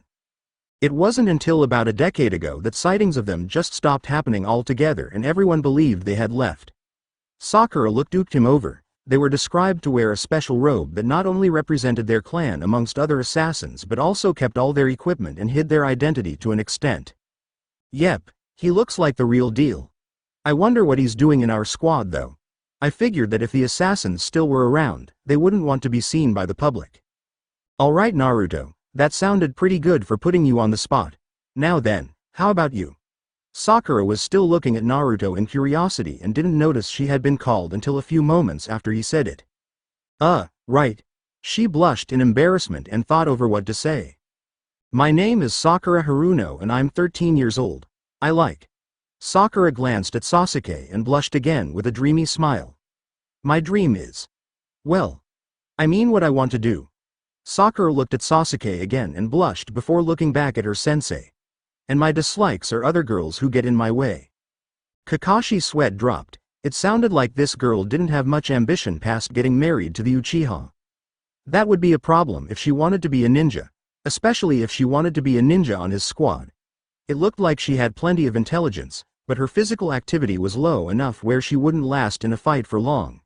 He could already tell that their first real mission could be very disastrous. Okay. Well Sakura, that was very enlightening. Sakura smiled and bowed as if the compliment wasn't sarcastic. Kakashi looked over at the solemn Uchiha and inclined his head. Your turn. My name is Sasuke Uchiha. And I don't like very many things. I also have a lot of things I hate. Sasuke sent a cutting glare toward Sakura but Naruto could feel the intent and met his glare with one of his own. The stare-off didn't last long between the two before Sasuke looked back and closed his eyes, making Naruto look back toward the ground as if nothing happened. Sakura thought that at first Sasuke had been kidding when he looked at her with that stare, but she was literally shaking afterward when it still felt like his eyes were boring into her. Was that really Sasuke telling how he felt about her? Sasuke. She risked a glance toward him to see him collecting his thoughts. But I have on goal. No, not a goal. A dream that I will make reality. I will kill a certain someone and restore my clan to its former power. I will stop at nothing to accomplish this and will not accept any obstacle. After the performance, Kakashi felt like there was a lot of pent-up feelings already between the three. Maybe I'm over my head on this one. Okay, now it's my turn. My name is Kakashi Hitaki and I'm your Jonin instructor. Let's see. Kakashi scratched his head in mock thought while they waited. I have some things I like. And some things I don't like. Neither of which are relevant. Oh, and neither are any of my goals. There ya go. The three had their own reactions to his own introduction, the most animated being no other than Sakura. What the hell was that? She yelled out loud in frustration, making Kakashi do a double take of the polite girl from before to the steaming one now. TCH. Sasuke just looked off to the side, not bothering to get involved. HMPH. Figures. Naruto did the same, not wanting anything to do with the argument. Hee. I'm sure we will get along just fine. Kakashi scratched his head, feeling a bit awkward already with their responses. We'll have our first mission tomorrow, so be ready when you get up in the morning. The three were a bit surprised. They didn't expect their first mission already. Naruto got up and started to walk over to the ledge, making all the eyes shift to him. I hope it's more entertaining than this meeting was. Kakashi watched him as he went and put on another smile. Oh, I'm sure it will be. It's a survival exercise, one in which we will all participate in together. Naruto stopped mid-step and turned around, eyeing Kakashi. I was under the impression you were done with exercises. Aren't we supposed to have a real mission by now? Sakura looked between the two for a moment before raising her hand to speak. I agree, Kakashi-sensei. I mean, we already learned all that in the academy, right? Shouldn't we be moving on to a real mission to get experience? She lost her train of thought as the teacher looked at her, quieting her protest. This isn't like your other training, it's different. Kakashi answered her while shrugging, enjoying how his nonchalant attitude frustrated the girl. Out of the 27 graduates, only 9 will actually become genin. The others are sent back to the academy in similar tests to this one, to see who really has what it takes to go on missions for the village. That was a bombshell for Sasuke and Sakura, realizing they might have to go back to the academy if they fail. Naruto, on the other hand, wasn't impressed and crossed his arms in defiance. He never went to the ninja academy and neither was he required to become a ninja in the first place. Even though he didn't care much if the man decided to fail him or not, he doubted that he would be allowed to. Naruto shifted his eyes to the other two genin who looked unsettled. As for them, he could care less what happened to them. As long as they stay out of my way during this test, then we won't have any problems. Well then, if there aren't any questions, we're done here. Be at training ground 7 at 6 o'clock and don't be late. Be sure to bring all your ninja gear, and Kakashi let his voice take a more serious tone to spook them a bit. Don't eat breakfast, or else you'll throw it up. Naruto shifted and unfolded his arms. That was an odd request. Sakura was surprised too and looked sadly at her stomach. It seemed her diet won this round. Sasuke just glared Kakashi down in challenge. He wasn't afraid of some idle threat. Alright then, see ya. Kakashi disappeared in a puff of smoke, leaving the three genin to go about their own day for the rest of the time. Well, that was a load of... Sakura looked to her left and then to her right to see both of her so-called teammates leaping off the edge of the building, not bothering to listen to her. Who the hell did they think they are? Sakura fizzled for a little bit before stomping her foot on the ground and screaming at the top of her lungs. Why do they always ignore me? Konohagakure streets. Naruto left the angry Haruno and brooding Uchiha for his own preparations for their test tomorrow. While he had the utmost confidences in his own abilities, he couldn't say he trusted his teammates to do much. In that respect, and also because it was long overdue, Naruto decided it was time to pay a visit to a specialty shop that used to cater to his clan for supplies. It wasn't a normal ninja store. They didn't sell the right weaponry that the Namikaze favored, so that meant Naruto had to go off the beaten trail a bit. As he walked through the alleys, he realized that he would eventually have to walk amongst the people if he wanted to get where he needed to go. He remembered that his father said the people were not ready for his return yet, so he decided to forego the streets and head for the roof instead. With a quick climb up the side of the building's wall, Naruto was jumping to and from rooftops to reach his destination. A few other ninja were out that day, it looked like. He saw their blurs jump to and from nearby rooftops and wondered what their destination was. Would they notice him? What would they do? What can they do? As long as I have this headband, they won't touch me. Naruto felt a certain level above all these shinobi of Konoha for some reason, but his cockiness was even starting to disturb himself. The way he talked to the Jonin wasn't the best way to handle things, but he couldn't stand just waiting around and doing nothing. He wanted to learn what he could and do what he had to before moving on. He didn't expect to do much more for the village than that. He neared his destination, a seemingly innocent rooftop with a small ledge on one side. Naruto moved over to the ledge and hung from it to have a bet there was a small window he could jump through to get inside. Naruto swung his body to get enough power and jumped through effortlessly, where he landed feet first inside. The building was apparently made of only a few rooms, but Naruto was currently inside the storage area. He figured that since there was plenty of ninja equipment in the back, the store doubled as a ninja shop as well to keep others from asking questions. Naruto made his way to the front of the warehouse room and hoped the owners were still around, let alone remember what an assassin looked like. Pausing at the door, Naruto tried to listen for any activity on the other side. Some light muffles were heard through the door, but nothing that gave away a person. Naruto sighed as he set his gloved hand on the doorknob and hoped there really was someone here. Apparently, from what his father said, they were the only ones willing to supply the Namikaze anything these days and were supposedly very loyal. They'd better be here, or else I'll hunt them down myself. Naruto opened the door and entered the main room. Within there was little in the way of furniture, but it was radically different from the dusty dark warehouse in the back. Decorated with the Namikaze symbol, Assassin Diamond, from hanging flags, they made it obvious who they proudly served. A few neat cushions lay on the clean floor along with a couch nearby for comfortable sitting while browsing a catalog or speaking with friends.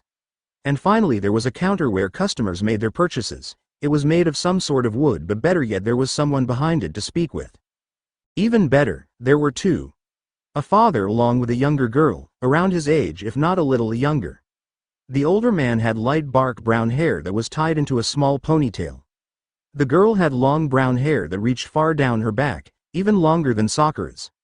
Both eyed his entry with interest as if they had been expecting him or at least someone to walk in for quite some time. Namikaze-sama, we are honored to have you here again. Please, enter.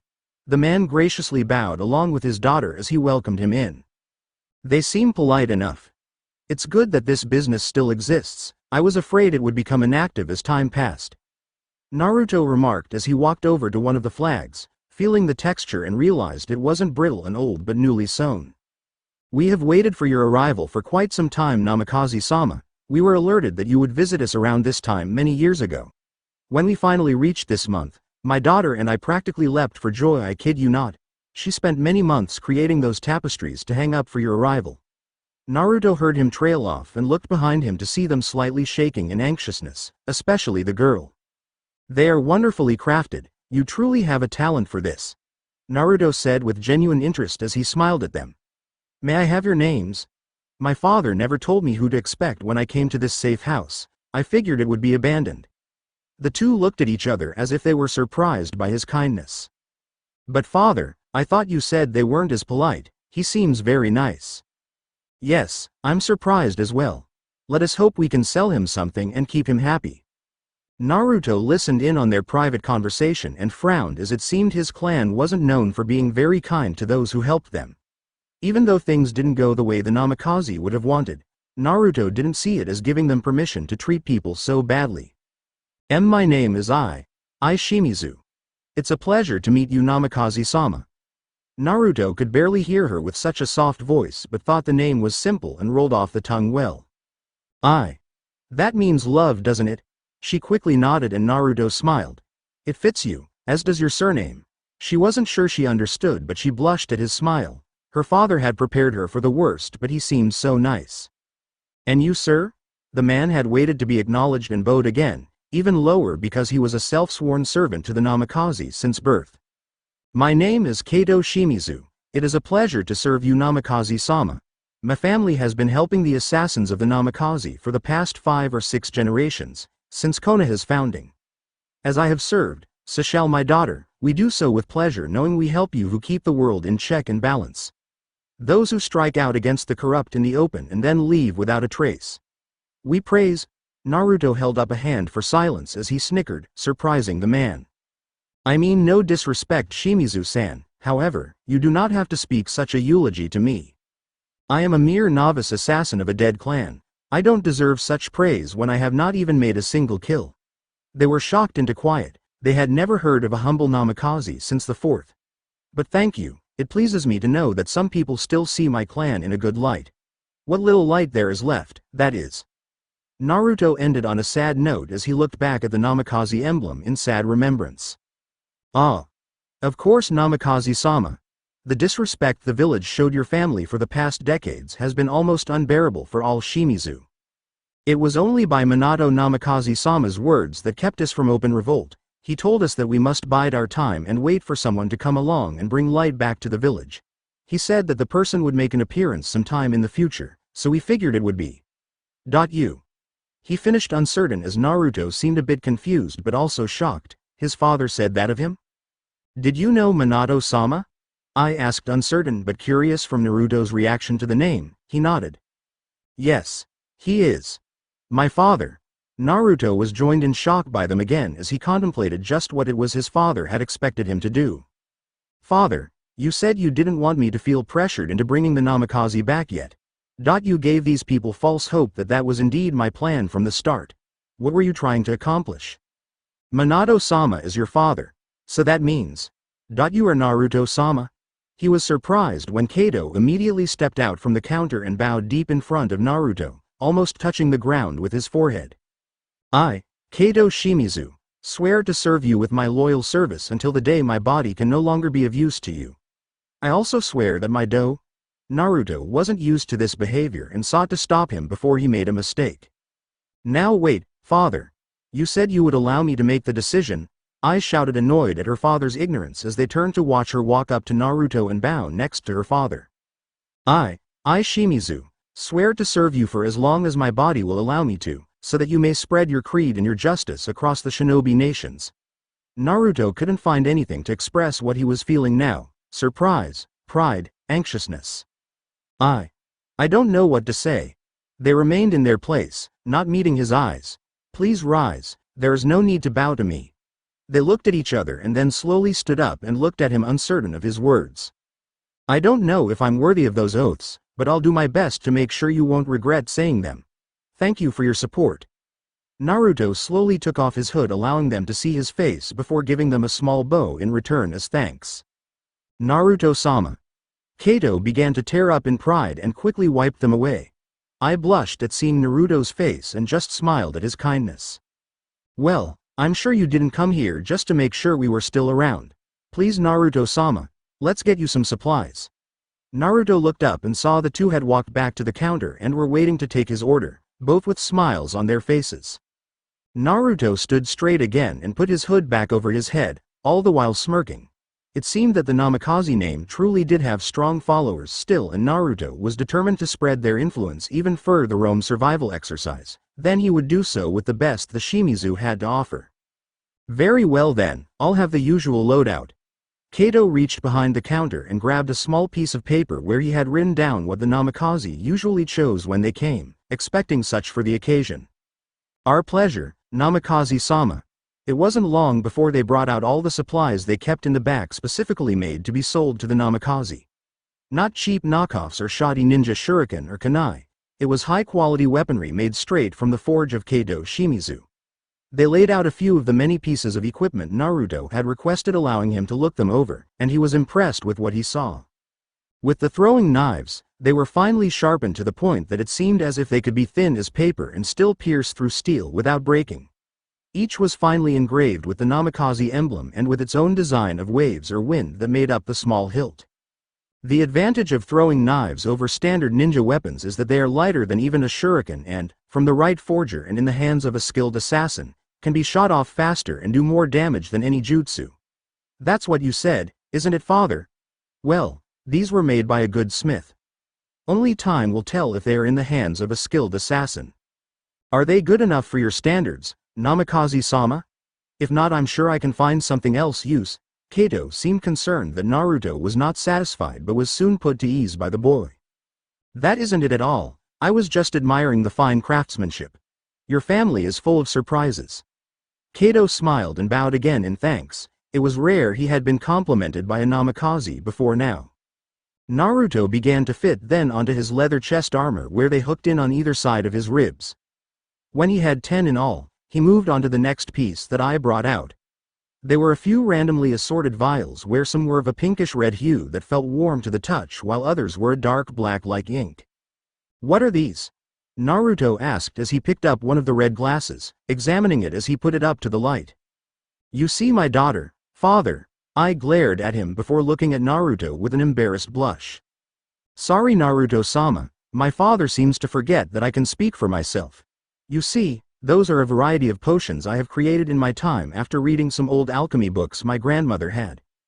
They can heal numerous wounds or poisons that you might encounter, although I think they have a vile taste. Naruto looked at them with a new eye. They would indeed be helpful should he run into a wound he could not walk off. How does it work? I gulped and began to feel more confident as he seemed interested. With certain natural ingredients, they can act as stimulants for your body to increase production of cells, particularly red blood cells. That leads them to move to the wound quicker and then solidify into a scab before the skin's natural healing process is also sped up. I'm not sure of the specifics, but I have made sure to test it with cuts and such before I continued to make them. Naruto looked at the girl in surprise. She was very dedicated to do such a personal test just to make sure they would work. Thank you, I'm sure I'll run into plenty of situations where I will find them particularly useful. Naruto set it down and then picked up one of the dark vials. Now, I'm guessing this isn't a healing elixir? I shook her head. No, it isn't. That is a poison I created that you can lace with any of your weapons, and it comes in 2 types. One allows for a paralysis of their bodies as soon as it enters their system, which can be just from a small cut or incision. The other is much more lethal and will, after entering the target's bloodstream, begin to shut down their internal organs starting with the heart. Naruto felt in danger just holding the vial. That was good, it meant that it would make for a great weapon. The actual liquid has an adhesive property to it that allows it to cling to any weapon you put it on so that it won't drip off or lose potency. It can also last for over 24 hours after being applied, so you can apply it before a mission the previous day. If you ever need to change the type of poison, all you have to do is dab a bit of water onto a cloth and it will come off the steel easily as if you were picking up dust. Naruto was impressed. The girl had a variety of useful skills for such a young age. You would make a fine medical ninja if you wanted to, Ai-san. Not only can you heal a person but you are still deadly with such a potent poison attack.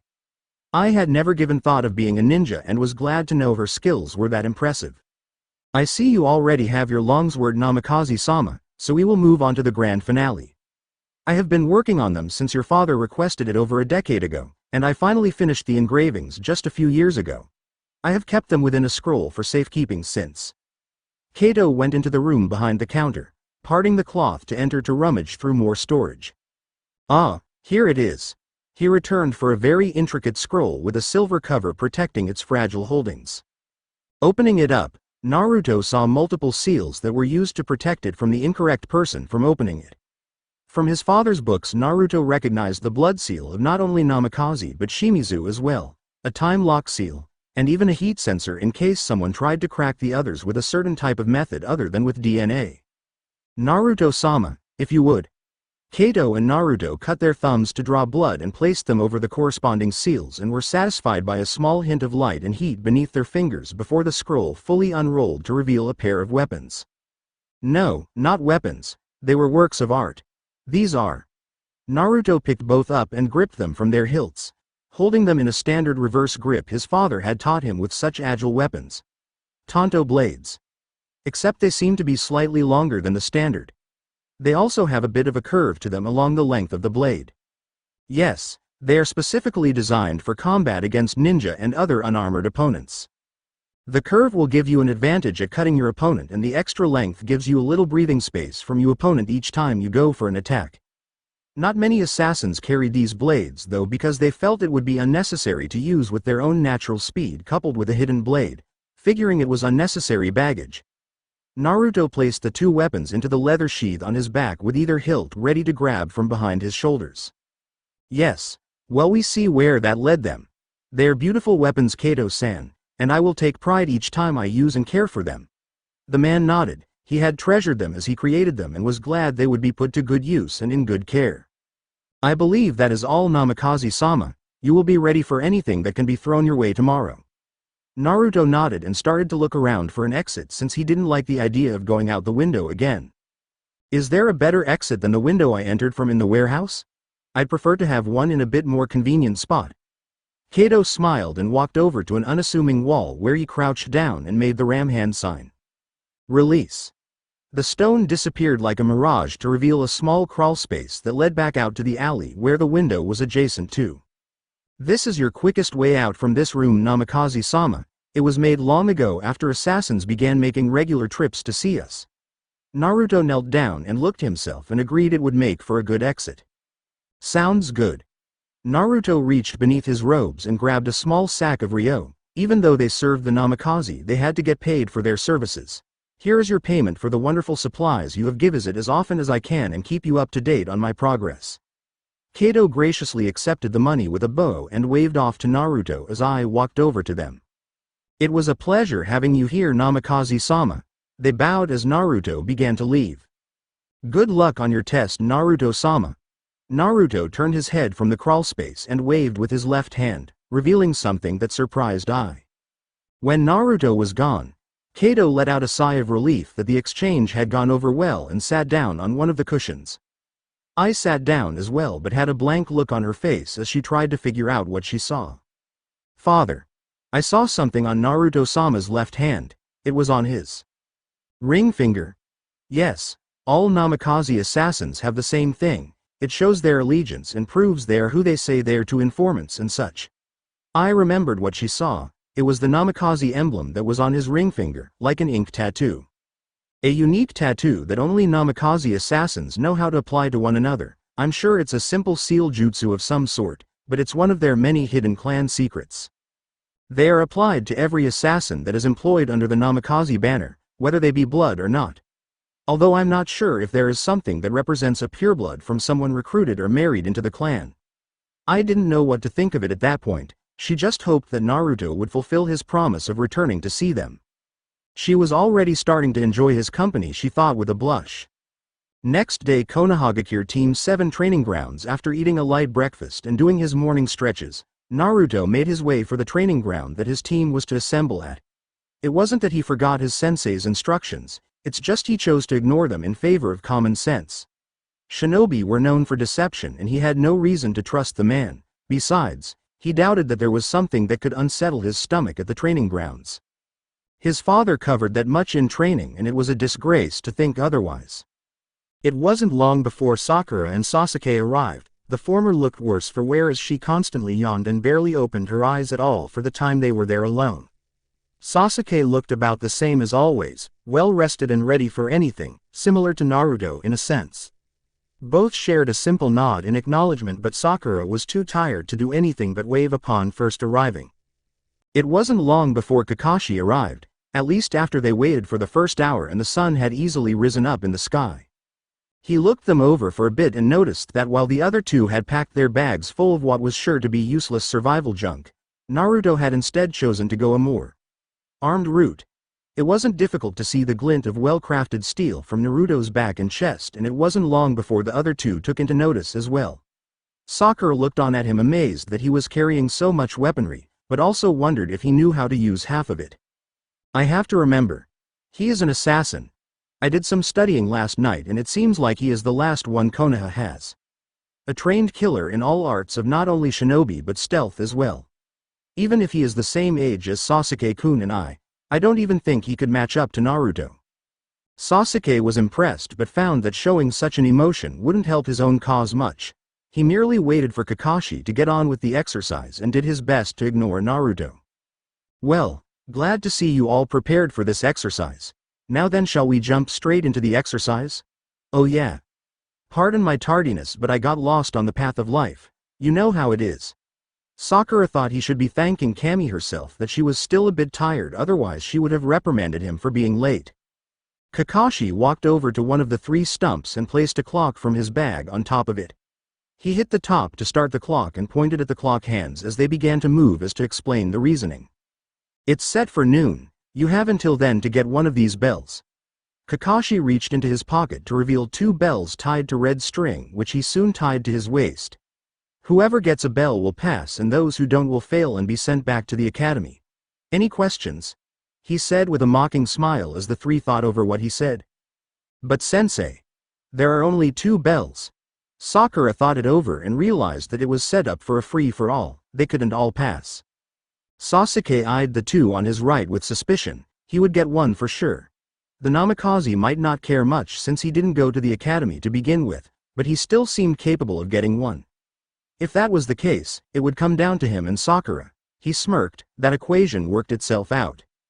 I'm guaranteed to pass this. Too bad for Sakura.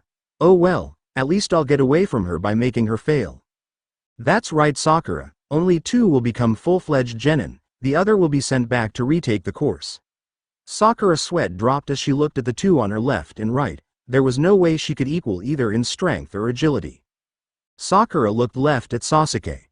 I know Sasuke-kun's abilities from the academy, top-notch in all aspects. Ninjutsu, taijutsu, even genjutsu were all high marks. That's not even including ninja tools. Then she looked right at Naruto. And I don't even want to guess what his strengths are. He is an assassin, for crying out loud. One of the guys that are fairy tale monsters that kill you in your sleep. For all I know, he could be stronger than Kakashi-sensei. She looked back and forth before sighing and looked at the ground in defeat. Even her inner self had no comment. Kakashi saw the silent exchange and realized the girl was doubting herself, a lethal thing for a shinobi, but it was something she would have to work past herself. You may use any weapon including shuriken and kunai. If you don't come at me with the intent to kill, then you won't get a bell. Sakura was surprised. How could he think they would have any chance or inclination to want to kill him over a bell? Sensei. Those weapons are dangerous. Someone could seriously get hurt. Kakashi looked at her and gave her a smile while his words were meant to sting. Don't worry, Sakura. I could have my eyes shut and not get hit by your attacks. I'll be fine, and I promise I won't use them against you. Better now. That remark made Sasuke pissed and he glared at the Kakijonin. Who did he think he was? Sakura deflated. It seemed that she had even less chance of success now. Her skills in ninja tools were average at best and she wasn't physically adept enough to use them as close-range weapons, making her have even less capability of facing him in combat. She looked at Naruto to see his reaction to the teacher's insult, already knowing Sasuke's, but was shocked when she saw a smile underneath the hood. He was excited. "You can start when I say start, understand?" He laid it out clear and simple for them by speaking slowly, acting as if they were children. Kakashi looked between all three of them and then shrugged. "Start." Sasuke and Sakura immediately leapt away from him and found hiding spots in the trees or bushes, turning their eyes back to see Naruto remaining in the same spot. "What's Naruto doing? Shouldn't he be hiding right now? I wonder what your plan is. It's probably good if you think you can take Kakashi in the open." Kakashi eyed him oddly, as if he was confused why Naruto of all people wouldn't disperse. "Didn't you hear me? The exercise has started." Naruto just kept smiling as he stood there watching him. Kakashi felt an odd feeling in his gut but shrugged it off with his usual attitude before getting out his book to read. "For an assassin, you must not like stealth much, right? Or maybe you aren't so good at it." Naruto recognized the jibes and just ignored them. He hadn't hit on purpose. "Since I'm not trying to kill you, what's the point in hiding? You'll still probablam anyway unless I really try to hide, then you'd never find me. So better I stay right here, where I can clearly see you and those bells." Kakashi looked up from his book and realized that Naruto wasn't hiding on purpose, and that meant he had a plan. "So what are you going to do? Stare me down until I give you a bell?" Naruto shrugged and Kakashi sighed. He figured Naruto would lose interest and head back into the forest if he just read his book. Which is what he did, and that led to his first mistake, taking Naruto out of his sight. With a flick of his wrist, Naruto quickly and silently took out a single knife and threw it straight at the man's head. Since he had let his guard down, Kakashi didn't notice it until it was well into a kill zone. If it was a kunai, he might have been able to dodge it in time, but with its increased speed Kakashi could only react to its impact with a surprised result. The other two were shocked to see their sensei's reaction and Naruto's sheer ability. They couldn't even see the knife even before he threw it. It was only after the knife had sunk its teeth right through Icha. Make out paradise did all three turn their attention straight to the assassin. Naruto smirked as Kakashi shakily eyed his book as it was in shambles, with at least half the book impaled clean through with the knife, making it clearly unreadable. A total loss. Kakashi dropped the book and looked at Naruto with a certain edge to his eyes, anger and frustration he hadn't expected to receive from a student, even an unruly one. But this wasn't just his student, it was Naruto Namikaze, an assassin trained by the best one to ever live within Konoha. Sasuke and Sakura could only look at Naruto in an even higher light now. His skills were beyond what they could imagine even with such a simple display. "Amazing. Naruto, you're so amazing." Sakura was wowed by his technique. She hadn't categorized any other boy's skills with the word since Sasuke, but she couldn't lie over something like that. Well, Naruto. Impressive indeed. Just what I'd expect from the lone wolf of the clan, just like me. Sasuke smirked as he watched their teacher's expression, realizing Naruto wouldn't be a bad partner after all. Naruto snickered at the man's reaction as he got into a hunched stance with his leather arm guard up in defense and ready to launch his blade quickly in case of attack. Now it was his turn to mock the teacher as he had the upper hand. "Are you just going to stare me down until noon? I think playtime is over. Try to impress me, this time without any distractions." Konohagakure Team 7 training grounds. Kakashi settled into a basic offensive stance as he stared down Naruto. Even if the boy was skilled, he couldn't go all out against him. That would defeat the purpose of the exercise if he didn't give them at least a chance to win. Still, Kakashi thought with a vengeful smirk, he could hurt Naruto a little more than the others thanks to his father's training. Naruto just waited in his defensive stance for Kakashi's response. The other two stayed in their hiding spots, not knowing what else to do but watch as the most skilled of them fought Kakashi one-on-one. The Jonin glanced at his destroyed book and, with speed only gained through years of conditioning, knelt down and threw the knife right back at Naruto. If Naruto's attack looked like a flash of light, Kakashi's easily surpassed it in speed and accuracy as it was well on its way to where Naruto stood waiting for it. It was to his secret disdain his opponent had been allowed to use his own equipment against him, one that he promised not to allow a second time. The knife was headed straight for his thigh, a non-lethal attack designed to wound him enough to keep him out of the battle. A good strategy, if Naruto allowed the knife to hit. With reflexes unknown to only the most skilled of the village, Naruto knelt and caught the knife between his fingers without as much as a scratch. The two genin did not have enough time to be amazed as they saw their sensei appear in front of Naruto and prepare a strong elbow to his gut. No. Look out, Naruto.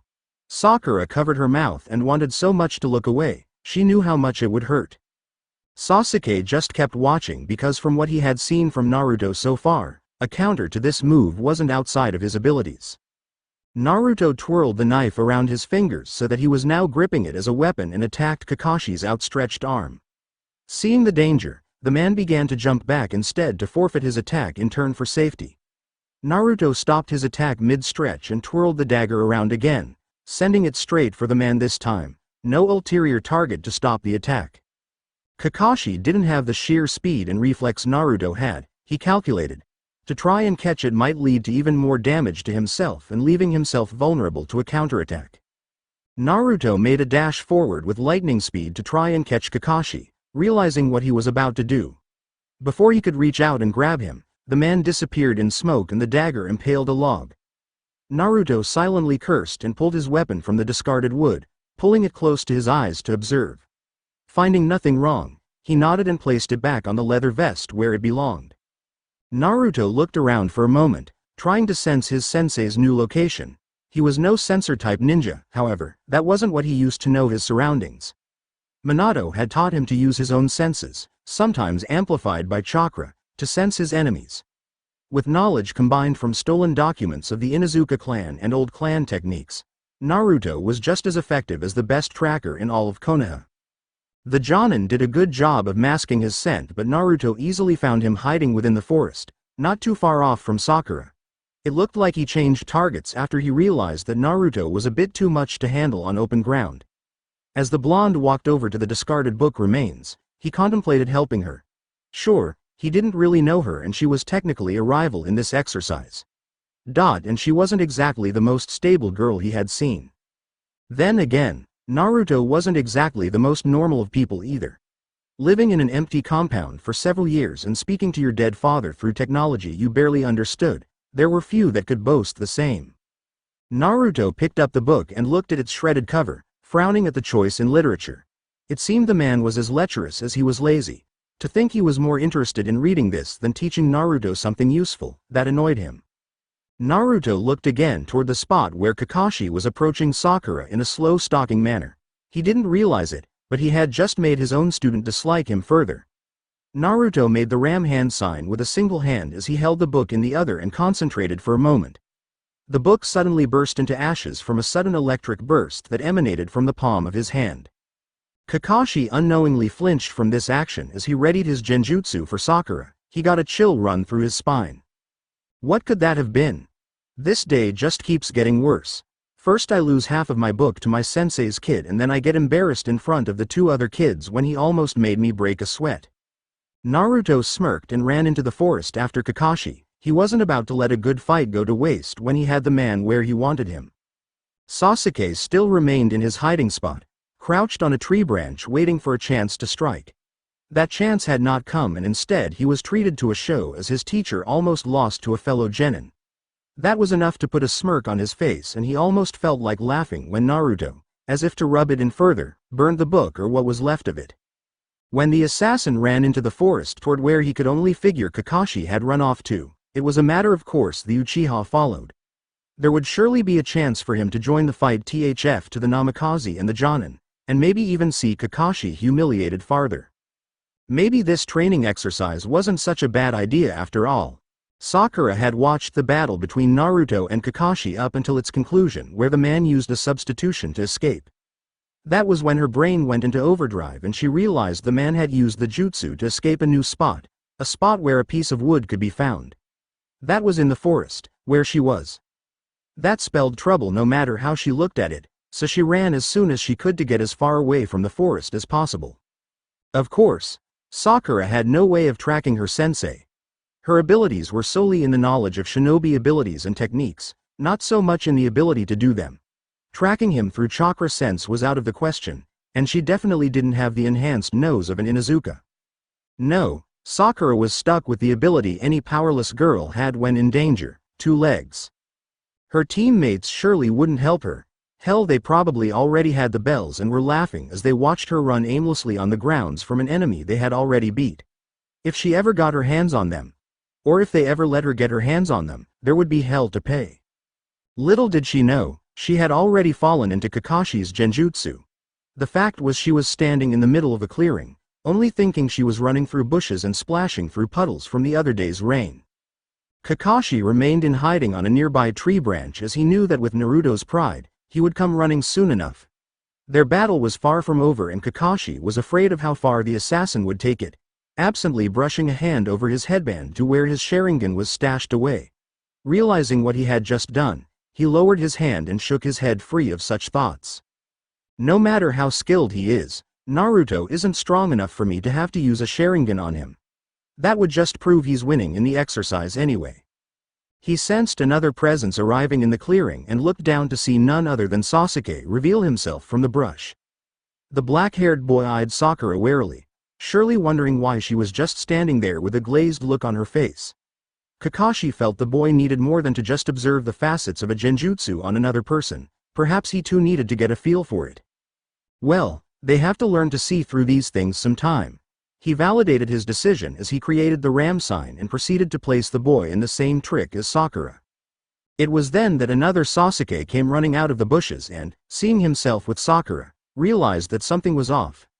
Kakashi was confused for a moment until realization dawned on him when the first, Sasuke, disappeared in a puff of smoke and a dozen shuriken were launched at him from the opposing tree line. Kakashi leapt off the tree branch and blocked the attack with a kunai, quickly observing the grounds now turned battlefield. Sasuke saw him now and obviously wanted to prove his worth, but Kakashi wasn't about to let another ambush lead him into a 2 versus 1. As Sasuke charged him from the front, he risked a look behind him at Sakura to see she was already gone, along with who he figured to be Naruto. As he blocked the Uchiha's first kick with his hand, he thought over the odd behavior of the assassin. Since when did Naruto care what happened to Sakura? It just didn't add up and Kakashi wanted to find out the motive behind the move. First though, he had to deal with the overzealous child in front of him now. Sasuke was launching jabs and kicks at his center mass, but each was easily dodged or deflected, making him waste more energy each attack as he got increasingly frustrated. In a sudden move that surprised the teacher, his student sent a kick for his face that forced both his hands up to block. With his foot now caught, Sasuke used the leverage to twist his body so he now was upside down and in clear reach of the bells. Kakashi let go of the foot to swat his hand away when Sasuke again twisted his body midair and kicked Kakashi straight in the stomach, sending the Jonin sliding back across the dirt. It seemed that if Sasuke couldn't take the objective, he was quite willing to settle with hurting Kakashi instead. That was a strategy that didn't bode well for the silver-haired man. Sasuke was breathing heavily and was hunched over, all the while smirking. Not only had he been able to get through the Jonin's defenses to touch a bell, but he also landed a solid kick to his stomach. That was something not even the Namikaze had proven able to do. At least not yet. Too engrossed in his own world, Sasuke did not realize Kakashi had disappeared after going through a few hand signs. It was only at the point where he was halfway underground that the boy realized his teacher would not be knocked out of a fight from a simple kick. Kakashi stood above him with his arms crossed and a smirk with nothing but a mocking manner to his entire person.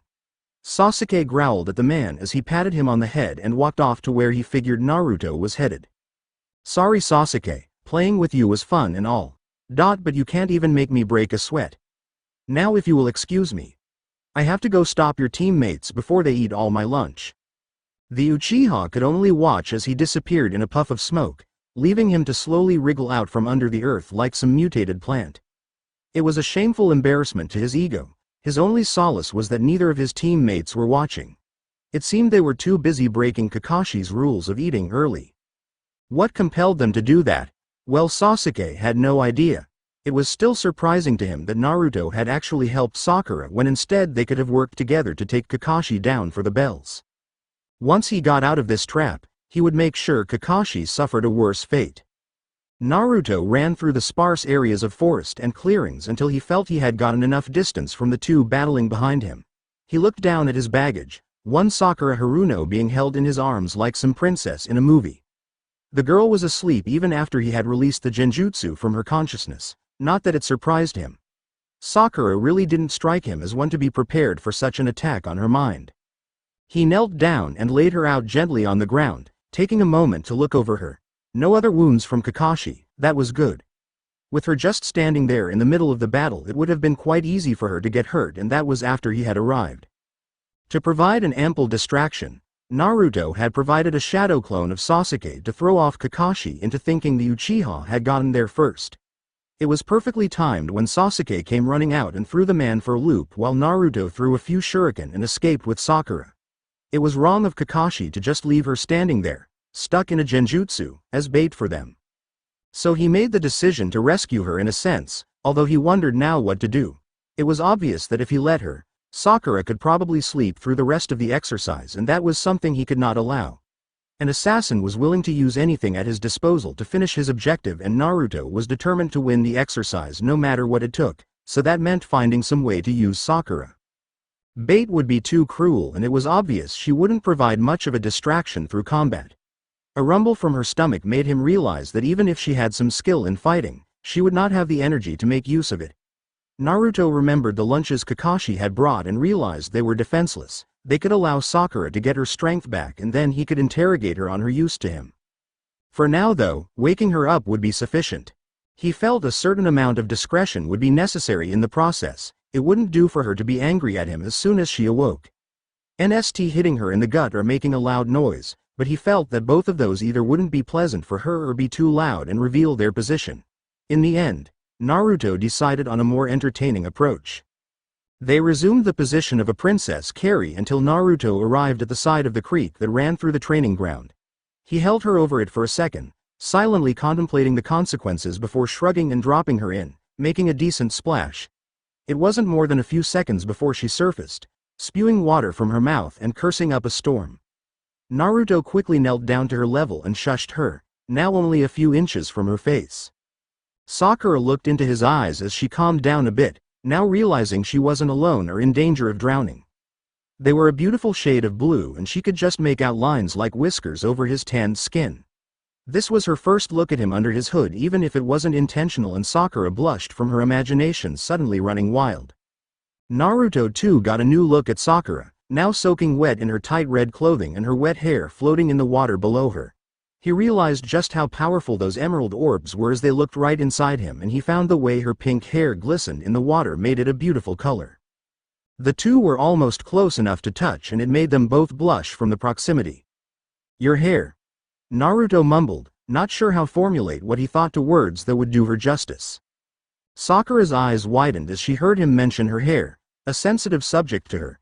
She had always been self-conscious about her pink hair, as her mother's was bright red and her father's blonde. It made her feel different from the other kids, and they capitalized on her insecurities, making fun of how she was different. "Wah. What about my hair?" Sakura whispered back, sounding almost desperate. She was only looking for one answer from him, and then it would tell her what she wanted to know. "It's so." Naruto reached out to feel one of her long bangs that framed her face, making a rare smile break over his face as he felt it gently. "Bo." Sakura's elation suddenly turned to fear as a shadow was cast over Naruto from behind. He noticed as well and did a sweeping leg kick to try and trip the new arrival, but a tough kick to his head sent him flying a few feet away, now motionless. Sakura's eyes shifted from him to their opponent, none other than Kakashi. It seemed that Naruto's distracted mind left him to be unaware of Kakashi's untimely arrival until it was too late. Sakura openly glared at the man, who was almost surprised by her sudden change, from docile to hostile.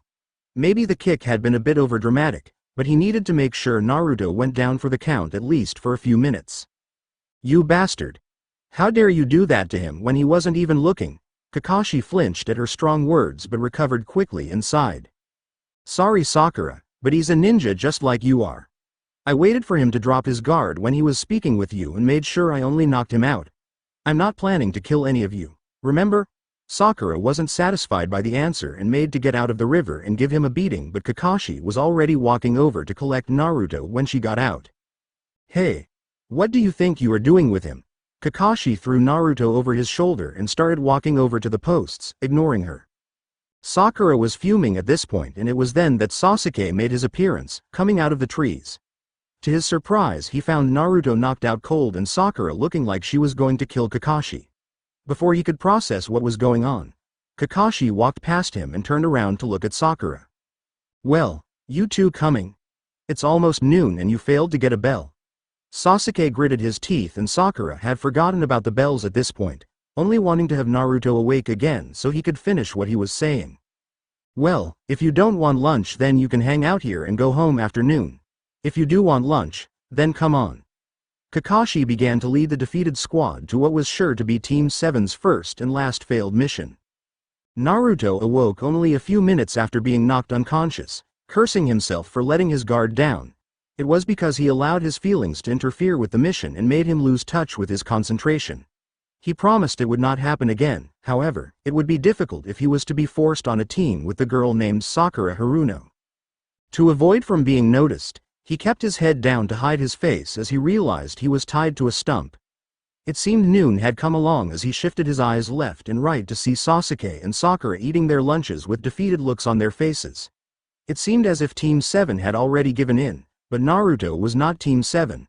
He was an assassin. Pride would not allow this capture to stand and Naruto swore he would make Kakashi pay.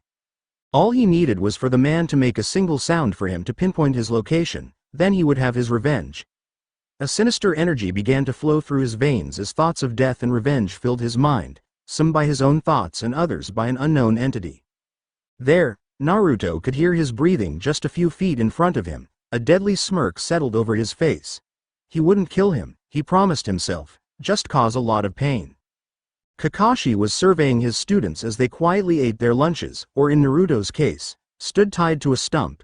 He held no illusions that once the boy woke, he would be quite angry at his situation, but luckily that had not happened yet. Hopefully he could contain himself long enough to allow Kakashi to explain. What happened next happened so quick that Kakashi would never have been able to stop it, even if he did know what was to come. As if the rope was made of paper, Naruto ripped straight through it and made a dash for Kakashi with his hidden blade out and ready to slice.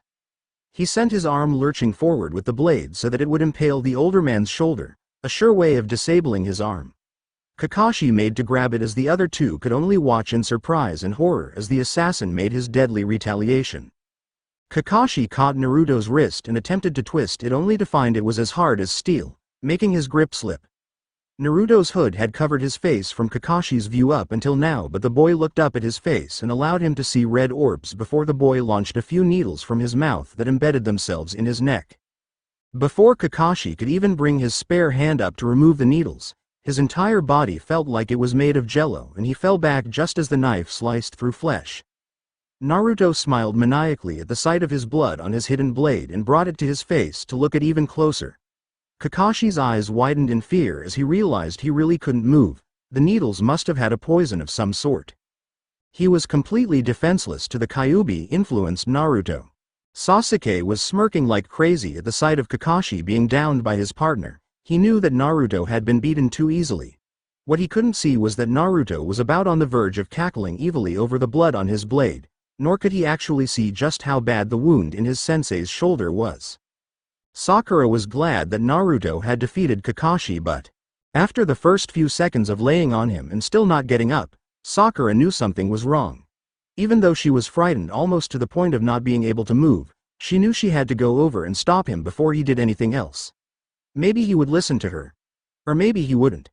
He had smiled at her though, a friendly caring smile that she knew was genuine. It was nothing like the fake ones the other kids would give her when she was young. He really did care about her and now Sakura was going to show she cared too. Crawling over to the two, she now saw the extent of how scared he looked at the moment. 3 little metal shards glistened in the sunlight on his neck and she figured Naruto had shot him with needles to disable his movement. A smart move indeed. The blade to his shoulder was over the top though and it threatened to bleed straight through the jacket. Kakashi-sensei. She mumbled quietly in concern for the man and turned her attention to Naruto who now had his blade ready for another slice, this time at the neck. Did you think you had beaten me, Kakashi? I will show you just how far one can go before death takes them. Sakura realized what Naruto was foreshadowing in his whispers and grabbed onto his back, gripping him tightly and turning his attention away from their teacher. Please stop, Naruto. You've beaten Sensei already. Here look, she was crying as she showed him the two bells she had taken the liberty of grabbing from Kakashi's belt. We won see. You don't have to fight anymore. Sakura didn't like seeing him like this scary being. She wanted him to smile again. Naruto broke the unknown entity's hold over him after he was grabbed by Sakura. Seeing her cry just made him feel worse. He began to move out of her hold off of Kakashi and turned to look at her, just sitting there and crying while holding those two pitiful bells. Those bells. No, the exercise had made him show his killer instincts his father had warned to leave only for assassinations. He had made Kakashi into his target, and that was something he was never supposed to do. Sakura just watched as he got up and walked over to Kakashi's neck and pulled the 3 needles out. He then unzipped the Jonin's jacket and pulled it back so he could see the wounds seeping through the undershirt. The hidden blade once again came out, making Kakashi and Sakura fear another attack, but instead the boy used it to cut away the shirt from the wound and quickly make a gauze for it. Sakura and Kakashi were amazed at his multiple skills as he showed off his medical expertise of treatment on the field. Naruto confirmed to them he had not hit any vital arteries or veins, and that once Kakashi's feeling returned to him in the next few minutes, he could safely make it to the hospital. The assassin walked over to the sniffling Sakura and knelt down to her level, silently and gently taking the bells from her hands and placing them in his pocket for a moment. He then grabbed both of her hands and held them over his own as he kissed them in silent apology for scaring her. Sakura missed the original intention of it after he kissed them and blushed uncontrollably, forgetting her tears instead for the beating of her heart. I'm sorry for scaring you, Sakura. I shouldn't have done what I did to Kakashi. Sakura was staring at him dreamily, except she was in her own world as she mumbled her response. Well, as long as you are sorry. That's all Naruto could hear as he got up and walked over to Kakashi again, who was lying down, just watching him interact with Sakura. As long as you're sorry, it's alright that you forgot our anniversary. I'll forgive you if you give me a massage. She giggled to herself and sighed dreamily again as for the first time she daydreamed about a different boy than Sasuke. Kakashi. Naruto knelt down to his teacher and produced the 2 bells, laying them down next to the man. It seems I failed this test of teamwork and I almost got you killed. I guess I still need more training to keep my killer instincts inside me, along with a few other things. Until then, I'd only be a danger to these 2 or anyone working with me, and I won't allow that. Please allow these 2 to pass. They don't deserve the shame of returning to the academy when they weren't even given the chance to have a real teammate. Kakashi's eyes widened. Naruto had realized the value of the exercise from the start. Where will you go now? He had to ask because it sounded like Naruto wasn't going to forgive himself for this incident. I will return to my compound, and I doubt I will leave again. For a very long time. Naruto took a lasting look at Sakura as if to take a mental picture before shaking his head.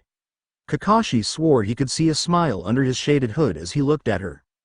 By the time Kakashi could move and order the 2 other genin home, Naruto was long gone. He would postpone the results of the test until a few days later. That should give him time to think about what exactly to do in this situation. It would also give him time to recuperate from the wound given to him by Naruto and acknowledge the fact he really isn't the boy from when they lived together. Naruto was a true assassin like his father. His performance that day proved what happened when you combine his skills with Kyuubi's influence. If he could not control that bloodlust, Kakashi's shoulder paled in comparison to the fate of Konoha. 2 weeks later, Namikaze compound. Naruto sat in a meditative stance in the basement of the main building where his ancestors lay buried. This place helped him focus with its peace and quiet and gave him an odd feeling of recuperation when either his body or mind was tired.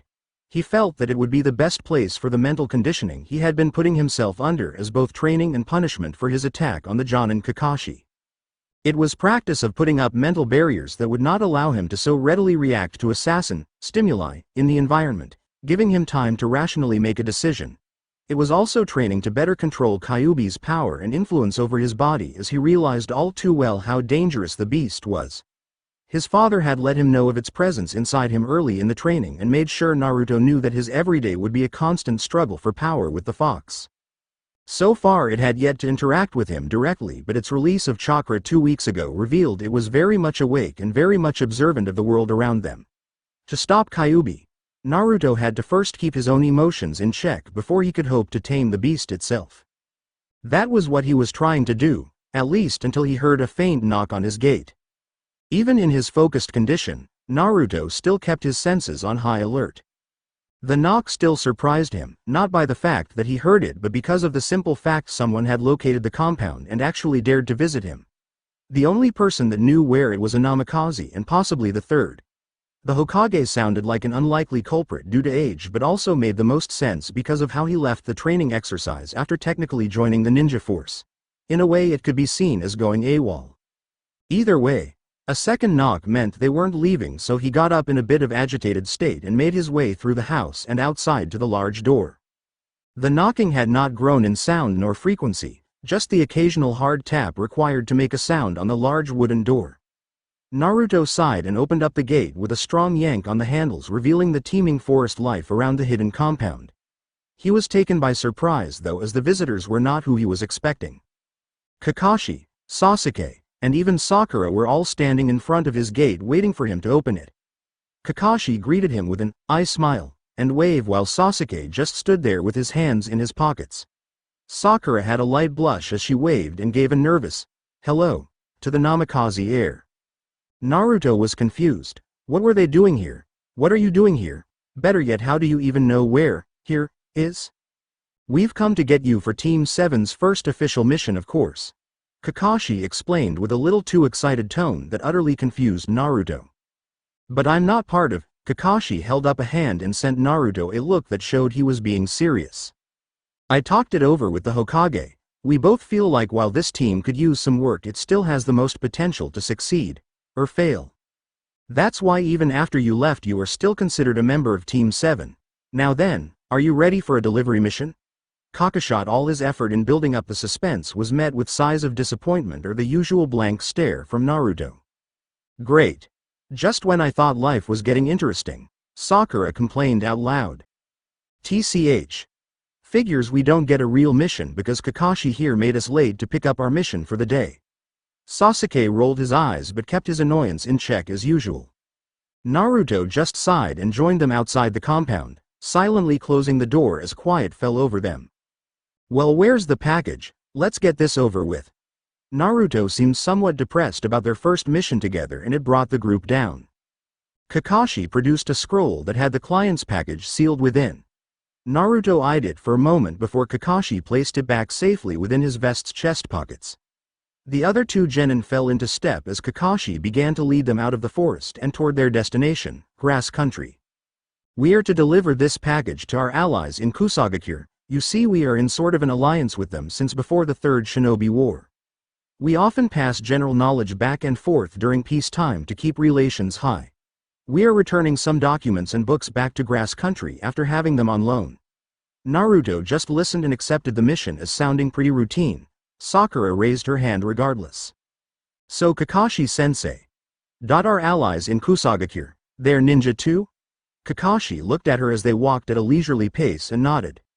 Yes, Sakura, they are well known for their use of flora in their techniques. The weakness is that their jutsu are most effective with grass-owned plant species, so if their ninja leave their home country the jutsu effectiveness is lost. Sakura seemed to accept the explanation but pressed him for the real answer she wanted. Does that mean we won't have to fight any ninjas? Naruto could tell by her voice, she was scared. It unnerved him. What shinobi was afraid of fighting, of death? Kakashi realized she needed comfort and patted her head playfully, earning him a glare.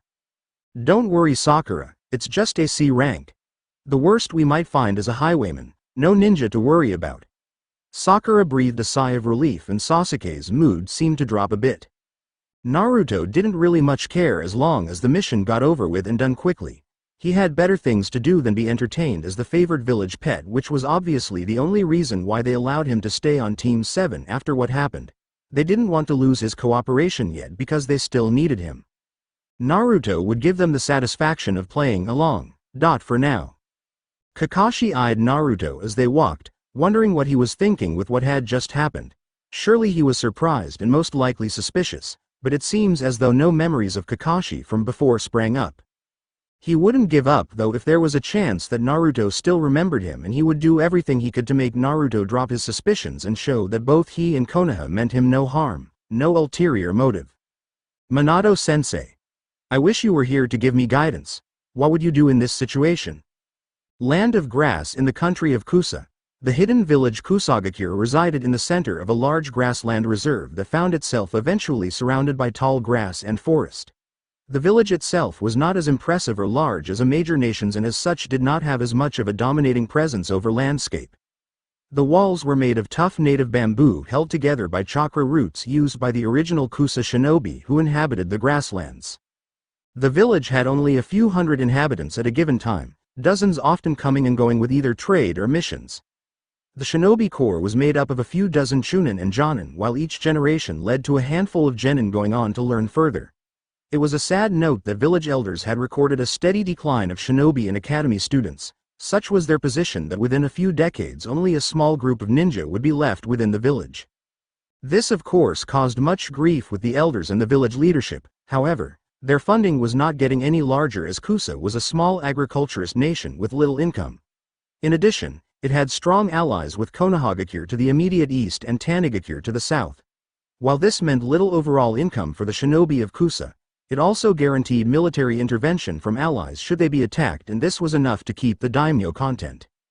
However, traditionalist shinobi factions did not see this in such a good light.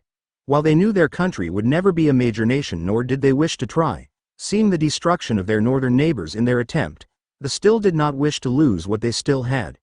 This led to tension following the Third Shinobi War over a decade ago that brought about the formation of a dissident faction. These shinobi continue to pester the loyalist Kusagakure ninja and hamper what little progress the village makes. Their primary objective seems only to harass Kusa operations, but in honest truth they had little info on the group's true plans, if any. Without the manpower to deal with such a problem and not wanting to find further embarrassment by asking other nations for support, Kusa kept this a hidden secret. It wasn't so difficult to do as the ninja rebels kept confined to Kusa. The only problem was when foreign shinobi would enter the land, which could definitely lead to a confrontation.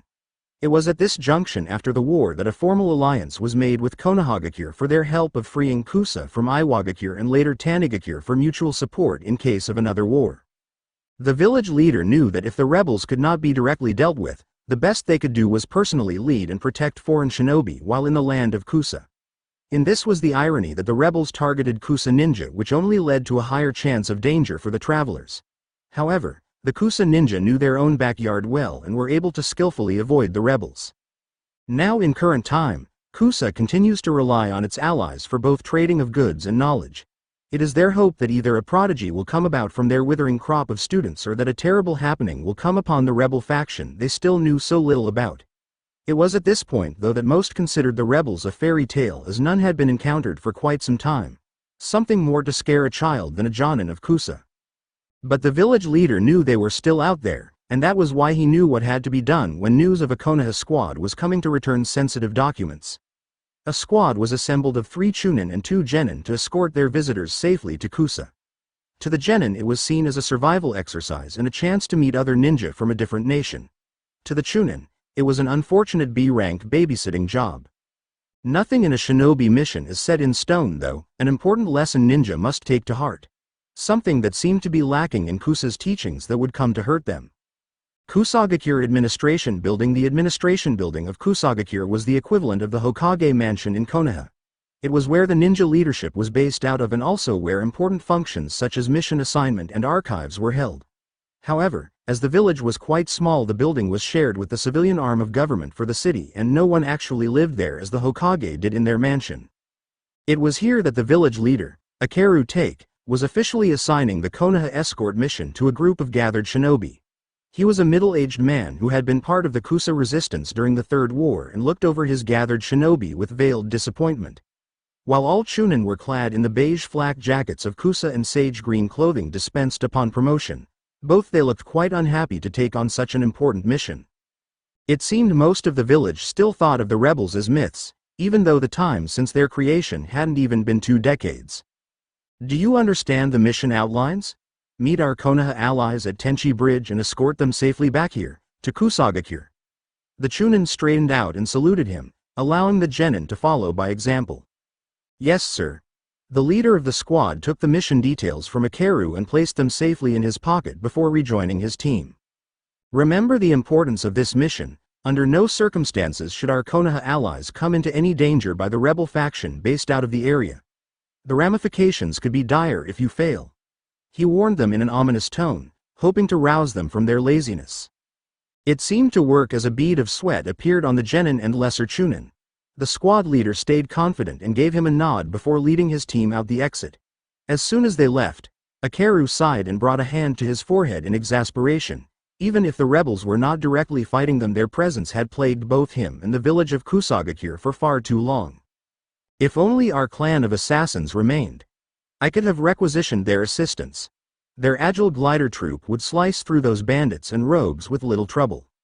The country of Kusa was once home to a small clan of assassins based out of northern Kusa, where the forests were the thickest. They made their hideout in the highest of treetops and would freelance their skills to Kusa for a reasonable price, acting somewhat like a mercenary force.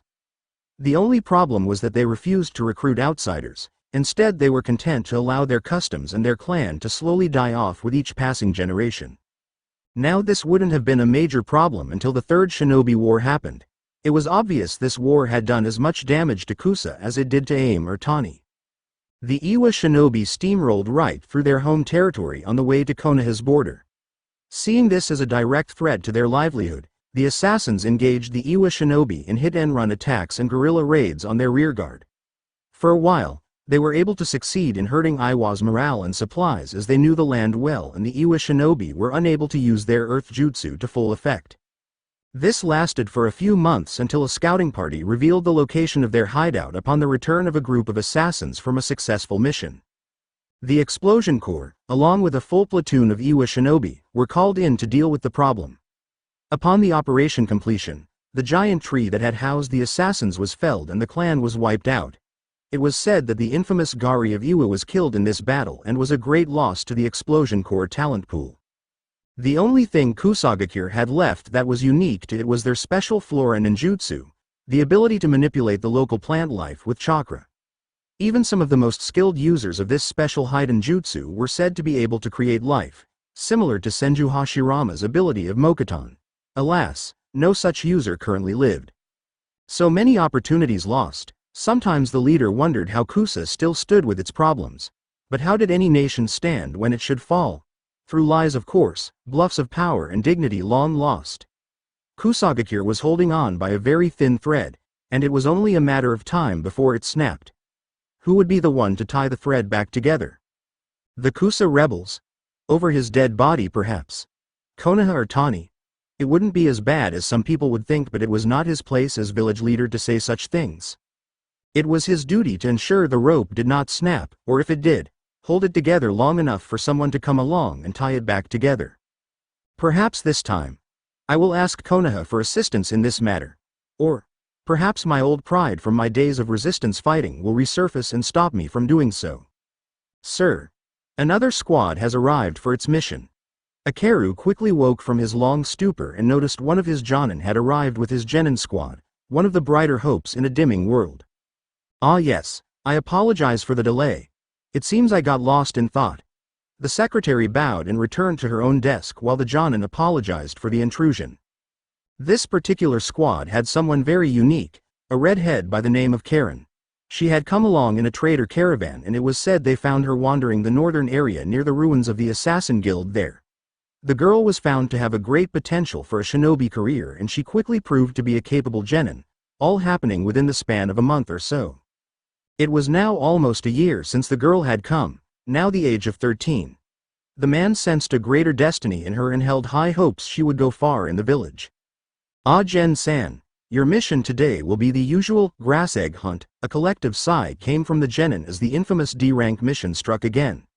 The jonin's sweat dropped and graciously accepted the contract scroll. The tall grass that surrounded the village's hilly location was infested with a certain invasive species of tree that came from the outlying forest. As Kusagakure sat in a relatively fortified spot on the hilly plain, the outlying grassland between the forest gave the village a certain safety zone between the large creatures and other dangers that infested the forest. For the shinobi, it offered a better kill zone and view between the forest and the village for early warning should an attack come. It was called an egg hunt as the tree species seeds were quite large and resembled eggs of a bird somewhat. If they were allowed to come to fruition, The village would be surrounded by forest within a few decades, and that was something they did not want. So, they employed their bored genin with the job of collecting the eggs from the tall grass every season when the seeds would be released. Needless to say, it was not a fun task for the young ones to do every year. At the very least, it inspired them to try hard to get promoted so they would not have to endure the job as much, as it was usually delegated to any available genin before higher ranks were called. "We will get to work right away, sir. Come on, you three." Gen led his squad out, and Akeru chuckled, swiveling his chair to view the small village and the bright morning sun rays. "What a beautiful day. But is this a good or bad omen?" Konoha, Kusa Border Team 7 Kakashi led the squad forward through the thick brush of Konoha's forest floor. As they approached the border, he wanted them to stay off the main path as a precaution in case there were bandits waiting at the bridge.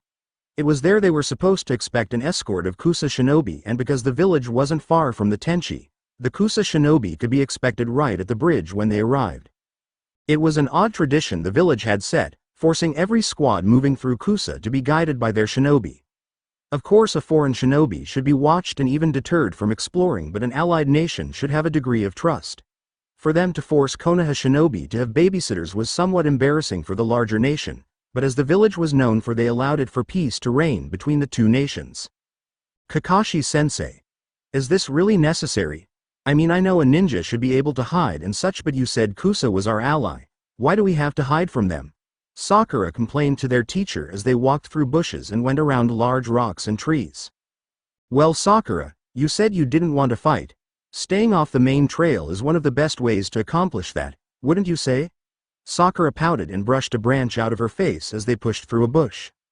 "Yeah, but this wasn't exactly what I had in mind." Sasuke just groaned in annoyance, and she quieted down. "Albeit with stubborn reluctant time I call Naruto back from scouting duty. We are not too far from the bridge." Kakashi made a bird call that echoed through the forest, searching out the assassin that was further on ahead. Instead of a rustle of leaves signaling the boy's return, another whistle was sent back to the Jonin. It seemed the boy wanted them to come to him instead, which was fair considering he had probably already reached the bridge. "All right. Looks like Naruto has arrived at the bridge already. Let's pick up the pace a bit so we can wait for the Kusa squad together." Kakashi and his two charges broke into a silent run through the forest to reach the outlying crevice that signaled the Tenchi Bridge's underlying river. Naruto was crouched behind a rock as he spied the bridge with a keen eye, looking out for threats. While they were technically within Kusa's borders, the forest on their side was still teeming with fire country flora and fauna, making it so a Kusa shinobi's hidden jutsu would have no effect as long as he remained on their side of the bridge. "Naruto. Seen anything suspicious?" The blonde didn't even react to their presence, merely waving them over to the rock with a hand signal. "Nothing, which is exactly the problem. The Kusa squad should have been here by now." The fact unsettled Kakashi a bit, but he was sure there was a reasonable explanation, quite possibly laziness on their Kusa counterparts' end. Does that mean something happened to them?"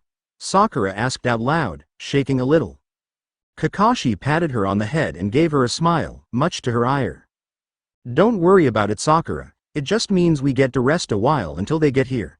Naruto looked back as Kakashi sat down and got out his book to read under the shade of a tree. Sasuke wandered off to a corner of their little area and just sat down on a rock, looking quite bored. Sakura herself just looked around and, not seeing anywhere she would feel comfortable, just plopped down in the grass and looked up at the sky. Naruto shook his head at their laid-back attitude as his instincts told him that it was more than tardiness that held the Kusa squad up. Without Kakashi's permission, he couldn't go off alone and investigate it. Generally this wouldn't be a problem, but even if there was the slightest chance a Kusa patrol caught him unattended, that would lead to problems for Konoha. The last thing he needed was some sort of sanction or escort thanks to some silly C-rank mission. So he chose to begrudgingly wait for when Kakashi realized that there was indeed something wrong and allowed them to go and investigate. He sat down in a meditative stance and began to focus his chakra and take in the chakra around him, allowing him to reach out and touch the places around him and sense the living things there. As he expanded this area of vision past Tenchi Bridge, a battle was just coming to an end between Kusa shinobi and the rebels. Kusa Forest, the genin could only watch in horror as their squad leader was cut down by a brute of man with a broadsword larger than their heads. The two other Chunin had already been captured by a flora jutsu they recognized as a hidden jutsu from the village, meaning that it wasn't only bandits in the group but actual rebels their elders had warned them of. That meant they were not capable of standing against them and forced them into the only option, surrender. Ha! Damn fool didn't stand a chance against my kenjutsu. The brute padded over the grass ninja looking for important documents while the two Chunin tried to wriggle free from the vines. A rogue Kusa ninja, obvious by their scratched headband, stood over them as they writhed in pain on the forest floor. You two should know better, the more you resist the tighter the vines grow. Both of you will be killed soon enough anyway though, so it doesn't matter. He. He chuckled darkly as the two muffled their protests under the vines covering their mouths, having little strength left. A few bandits held the two genin down, a girl and a boy. The brute smiled as he found purchase. A mission scroll detailing that the squad was to meet up with a Konoha group with important documents to be returned to Kusa. Documents like those were inaccessible to the rebels as they usually remained locked up tight within the village, a place even they could not raid. But with it out in the open, it was their chance to steal it. With the genin of Kusa and perhaps a Konoha shinobi as a bargaining chip, they would have a higher standing and would force Kusa to acknowledge them along with the rest of the nations. Hey boss, what do you want to do with these two? The man looked at the two scared genin. Their uncontrolled shaking only got worse when they saw the two Chunin cease struggling and the vines slowly withered away, their job done. Well, we could use some hostages. Hell, maybe we could use them for labor. The bandits quickly tied them up and led them off to their encampment while the leader remained with the rogue ninja. Get Kyoko and go to Tenchi Bridge, use these uniforms. He prodded one of the dead Chunin with his foot. Impersonate the loyalists and get the documents without killing anybody. That seems a little humane to me. The man chuckled as he knew how twisted this particular ninja was. He enjoyed killing and was not one for underhanded tactics. See if you can grab one of the Konoha shinobi too. If we can take one hostage, then we can really get somewhere. Thanks to that old bastard Ikeru, all foreigners are able to avoid our patrols when they enter. This is the first chance we've had to ambush one. Don't mess it up. The ninja flinched under the brute's glare and nodded, not wanting to get on his bad side. Sure thing. I'll head out right away. He gathered up the dead shinobi's clothing and headed off to find his companion. The leader himself figured it would be best if he went along too, just in case the bad feeling he had came true. He set off to reach the bridge for an early vantage point for the meeting between Konoha and Kusa. Naruto jolted a bit as he felt a large chakra presence approaching the bridge, along with two smaller ones. They were still a ways off, but at their speed it wouldn't be very long until they arrived. Naruto woke from his trance and saw Kakashi get up and walk over to him as the other two were not paying attention. He knelt down to Naruto's level and handed him a scroll, the same one with the documents they were to hand over to Kusa shinobi. His eye locked with Naruto's and it spoke volumes. The man looked deathly serious compared to his laid-back attitude shown to Sakura. I'm giving this to you, Naruto, as I have some business to take care of nearby. I want you to accept the Kusa escort and reach the village as fast as you can, then hand this directly to their village leader, no one else. Sasuke and Sakura will be in your care until we meet again in the village, are we clear? Naruto accepted the scroll reluctantly, suspicious of the man's behavior. What business could you have that would jeopardize the mission? Kakashi looked at the bridge with a far-off look in his eye and shrugged. Consider it long-range scouting. I'm going to investigate the area and make sure the path is clear for you and your escorts. Kusa isn't necessarily the most well-patrolled country in the world and there might be a bandit camp or something nearby. Naruto accepted this as fact as he had a similar suspicion, still though the man was going against Kusa's rule for foreigners.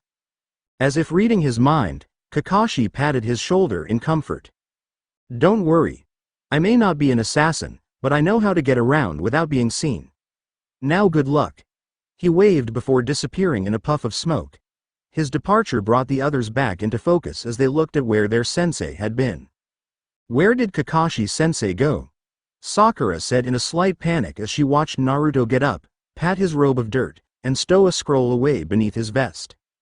Sasuke just got up and joined Naruto near his boulder, sensing they would be moving out soon. Sakura soon joined the bandwagon as it seemed Narns were her question. As soon as they both were behind him against the boulder, Naruto turned to address them with the news.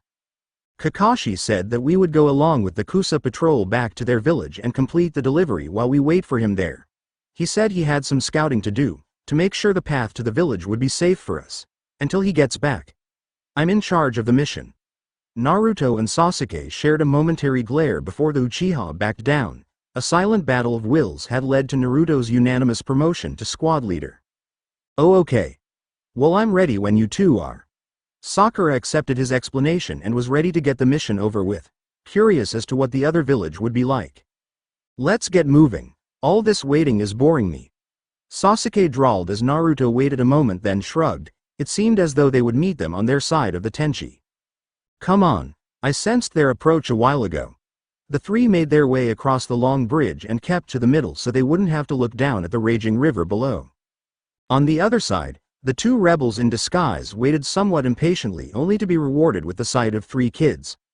While Naruto's clothing was a bit of a stir, they were too young to recognize what an assassin's uniform looked like, nor were they well informed on Konoha's military strength. They began to whisper to each other as they sized them up. The one with the weird clothes is heavily armed and looks to be the leader. The other two are keeping behind him with a level of respect given unconsciously. He could be a problem. The black-haired one, I recognize him as an Uchiha. They're tough warriors and have a Kekkei Genkai. We should try and capture him. I dunno, the girl is obviously the easiest. She looks pretty uneasy and out of place, an easy grab. Then we will go for her in case we can't grab the Uchiha, but the documents come first. Right. They ended their conversation just as soon as the squad walked up.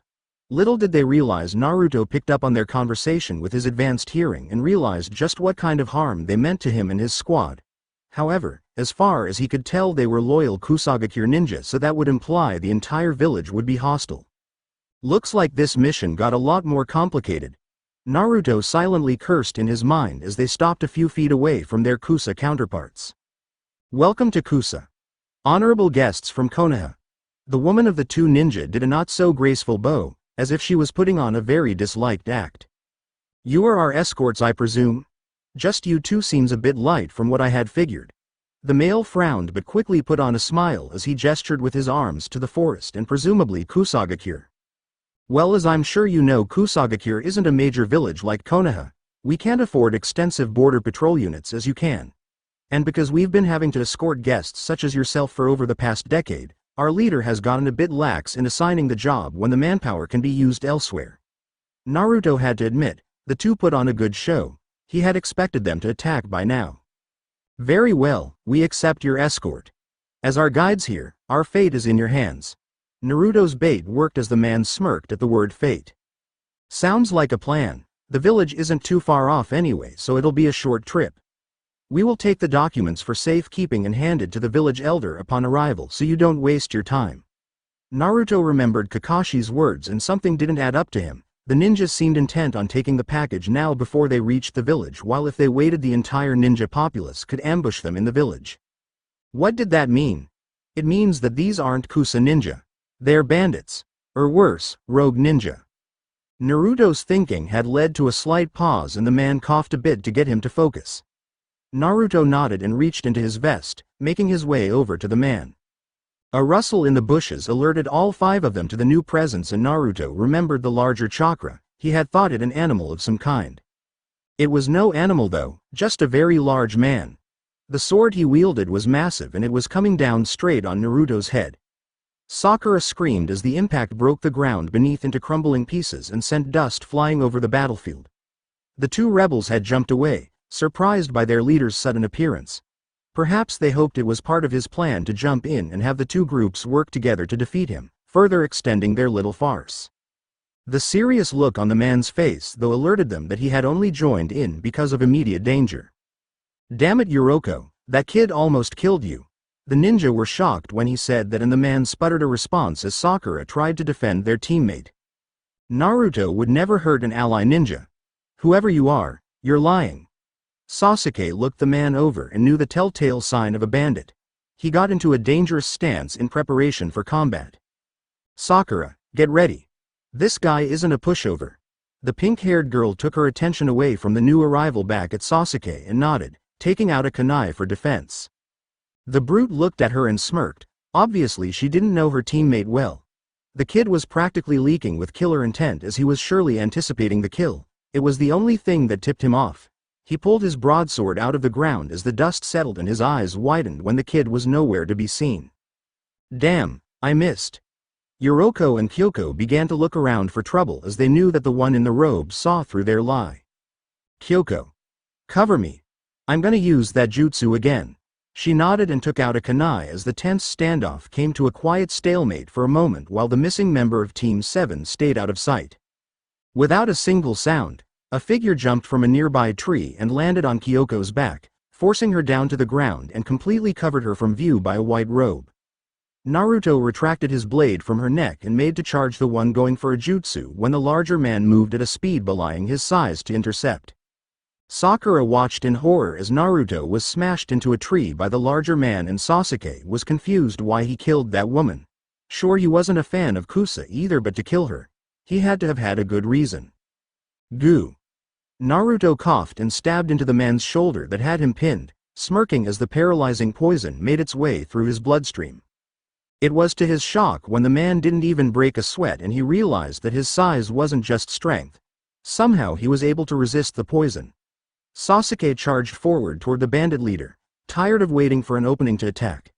Sakura watched him go and remained in place, unsure of what to do until Naruto got freed. Come on, Naruto. You can get him. As the man increased his pressure on the boy in an attempt to make him black out, he disappeared in a puff of smoke. The bandit was only disappointed for a second when Sasuke came out of the corner of his eye and he blocked a solid kick with his sword's flat end. Sasuke took out a kunai and began to slash at him, getting in a few cuts, but most did nothing but make the man chuckle, further infuriating the Uchiha. As they engaged one another in a short battle of weapons, Yuriko just finished gathering his chakra for the jutsu. Vines swept from the ground and charged toward Sasuke, who was unaware of them as his whole attention was on the leader. Sakura noticed them immediately and went to shout for Sasuke to look out, only to be pulled down to the ground by her own set of vines. Before she could even raise her weapon to cut through them, her arms were entangled and her mouth and eyes were covered up as she could no longer see or speak. The tangled up girl collapsed to the ground as the vines solidified their grip around her fragile body. One hostage down, another to G. Oh no, you don't. Naru brushed and threw a few kunai from his pack at the man, only for vines to form a shield in front of him. Haha. If you would have kept your mouth shut, you might have gotten me. Or maybe not. Ha ha ha.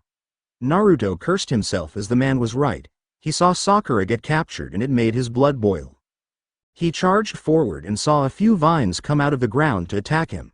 He realized then that this was the infamous Kusagakure jutsu that allowed one to manipulate plants to their own bidding. This rogue ninja was once a member of the Kusagakure Ninja Corps, as he guessed the other one as well. There was no time to analyze further as the vines approached him. Naruto took out his two curved tantos from his back, gripping them strongly. He sent a surge of electrical chakra through his body and formed it around the weapons. I will cut right through you. Naruto charged forward and sliced through the vines, noticing that the longer they remained in use by the ninja, the bigger they grew. He sliced through whatever attack came at him but felt like he was making no progress. Sasuke was luckily able to avoid the attack sent for him because of Naruto's outburst when Sakura was attacked. Now he was fending off the wild vines as the leader made his way over to the defenseless girl and, using his broadsword, cut the vines that kept her rooted to the ground. The rest remained on her as restraints as he hauled her over his shoulder and began to make his way over to the tree line as she uselessly struggled. Now little girl. You ain't going nowhere. He patted her behind for good measure and received a very loud yet muffled shout from the poor girl. Naruto howled in rage and made a last-ditch charge for the plant puppeteer, finally breaking through the vine wall that he had erected around himself. Shit. Yuriko knew he was screwed when the kid had eyes that screamed murder. He had thought he wouldn't fear death with how nonchalant he was about killing, but he felt like he was about to piss his pants in terror. Boss, help. The man in question looked over his shoulder and sighed, putting the girl down for a moment before charging right at Naruto's flank. Naruto this time sensed him coming in time to put up his twin swords in defense against his large broadsword. The test of strength as they pushed against one another was a short one, unfortunately. The man leaned back and then pushed forward with all his strength, breaking Naruto's guard. He kicked him right in the gut and shattered the boy's rib cage and sent him flying over the abyss of Tenchi River into the rapids. "You owe me big time, ya little asshole."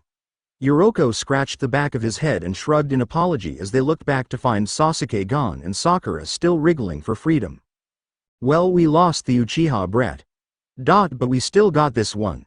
He picked her up as if she was light as a stick with one hand as the other sheathed his sword on his back. "What do we do, boss? The one with the robe had the documents, now that he's gone." This made Sakura erupt into a frenzy of shaking and screaming, only stopping when the large man put some pressure on her neck with his free hand. "Well, I guess we can deal with a hostage for now. Who knows, maybe he'll wash up on shore somewhere and we can scavenge what's left." The big guy sighed and walked off back into the forest to their hideout, noticing the sun was going down. "Once we get back, I want you to gather a patrol and try and find that Uchiha kid. That one with the robe can wait, but he's still alive and out here somewhere."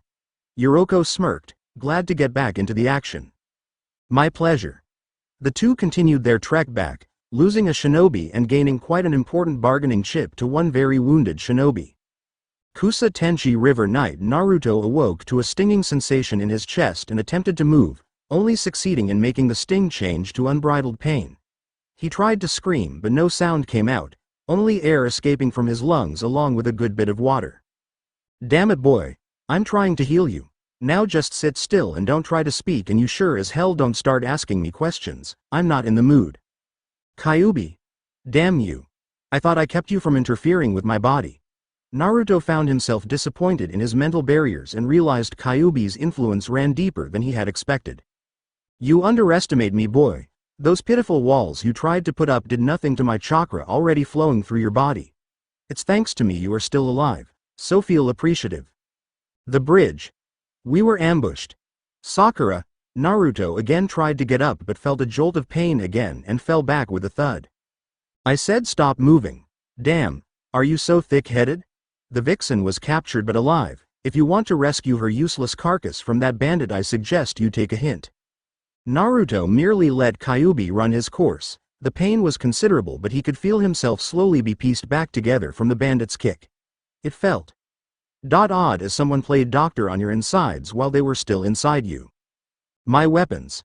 I can't feel them in my hands." Naruto's next concern were the two master-crafted tantos gifted to him by the Shimizu. It would be a bad omen to lose them already. "I sense they washed up to shore with you. Aren't you lucky you don't have to go look?" Kyuubi responded with his sarcastic drawl. "Now rest. It's not your time to die yet, boy." Kusa. Sasuke sat around a small campfire, eyes darting back and forth. He had just barely been able to escape when Naruto made the rogue ninja lose concentration over his jutsu. When he saw Naruto get kicked over the edge, he knew he had to retreat to survive. Even he had to admit their leader was too strong. The thought had crossed his mind only after escaping to grab Sakura, and by then it was too late. No matter, they wouldn't kill her or else they wouldn't have bothered to restrain her. Naruto might be a bit angered and Kakashi would be annoyed, but Sasuke didn't plan to sit idle for long. As soon as he warmed up a bit, he planned to track down the bandits and destroy their camp, in the process freeing Sakura. It would kill two birds with one stone and get the other two on his team off his back. Just about that time, Kusa Bandit Camp, the leader sat in on the huge bonfire they had in celebration for their minor yet meaningful victory. The two Kusa genin were being put to work as servers of the meat his bandits had collected, while the Konoha girl was being trussed up by Yuriko. Whatever the man had in mind for her he did not know. As long as he didn't kill her, though, it didn't matter to him. Meeting those rogue ninja in the forest a few years back had at first been pretty troublesome for his gang, but now that he had defeated their old leader and taken over, it seemed things were finally looking up. Soon they could ransom back the kids to their villages for whatever they wanted, and if luck would bless them again, the documents would remain intact wherever the robed one ended up. That kid. There was something odd about the way he fought, the bandit thought as he ungracefully chomped a bite of venison. Can't put my finger on it, but my guess is that the kid had more than just ninja training. The other two fought nothing like he did, and if the circumstances were different, I dunno if I could have beaten him. Noticing Yuriko's return, the man waved him over.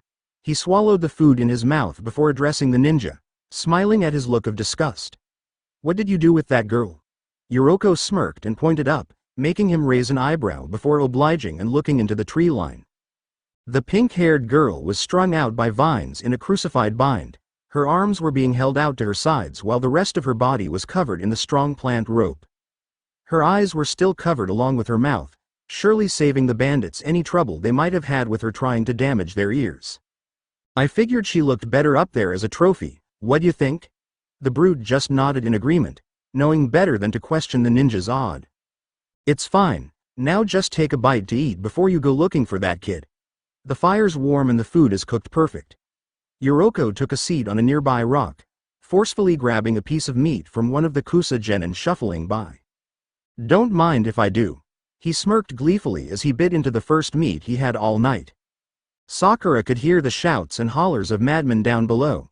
The fire both heated her feet as it wafted up and filled her covered vision with edges of yellowish orange when she tried to look. It didn't matter though, of course, nothing mattered anymore. She was captured, to be used as nothing but a bargaining chip to either Kakashi or the entire village of Konoha. She was a failure as a kunoichi. A tear fell from her eye. Then she remembered what they said about Naruto, how he was dead. She couldn't believe them. Naruto was too strong, too cool to die to some disgusting brute like that man, and yet they sounded so confident they had. Sakura's muffled sobs ran through the night as more tears fell, disappearing into the fire below. She let out her tears as her crush and all she had trusted in vanished. She was no longer a sheltered girl living a happy life in Konoha. It was because of her the mission had failed, and it was because of her that Naruto had fallen. Naruto. Oh Naruto. Please come back, I'm so lonely and scared. Please don't be dead. Please don't be dead. It wasn't long after that the jolly laughter below her erupted into screams as the night became a bloody one, a very bloody one. The end. I hope you enjoyed this episode. Remember to subscribe and like this video. See you in the next part.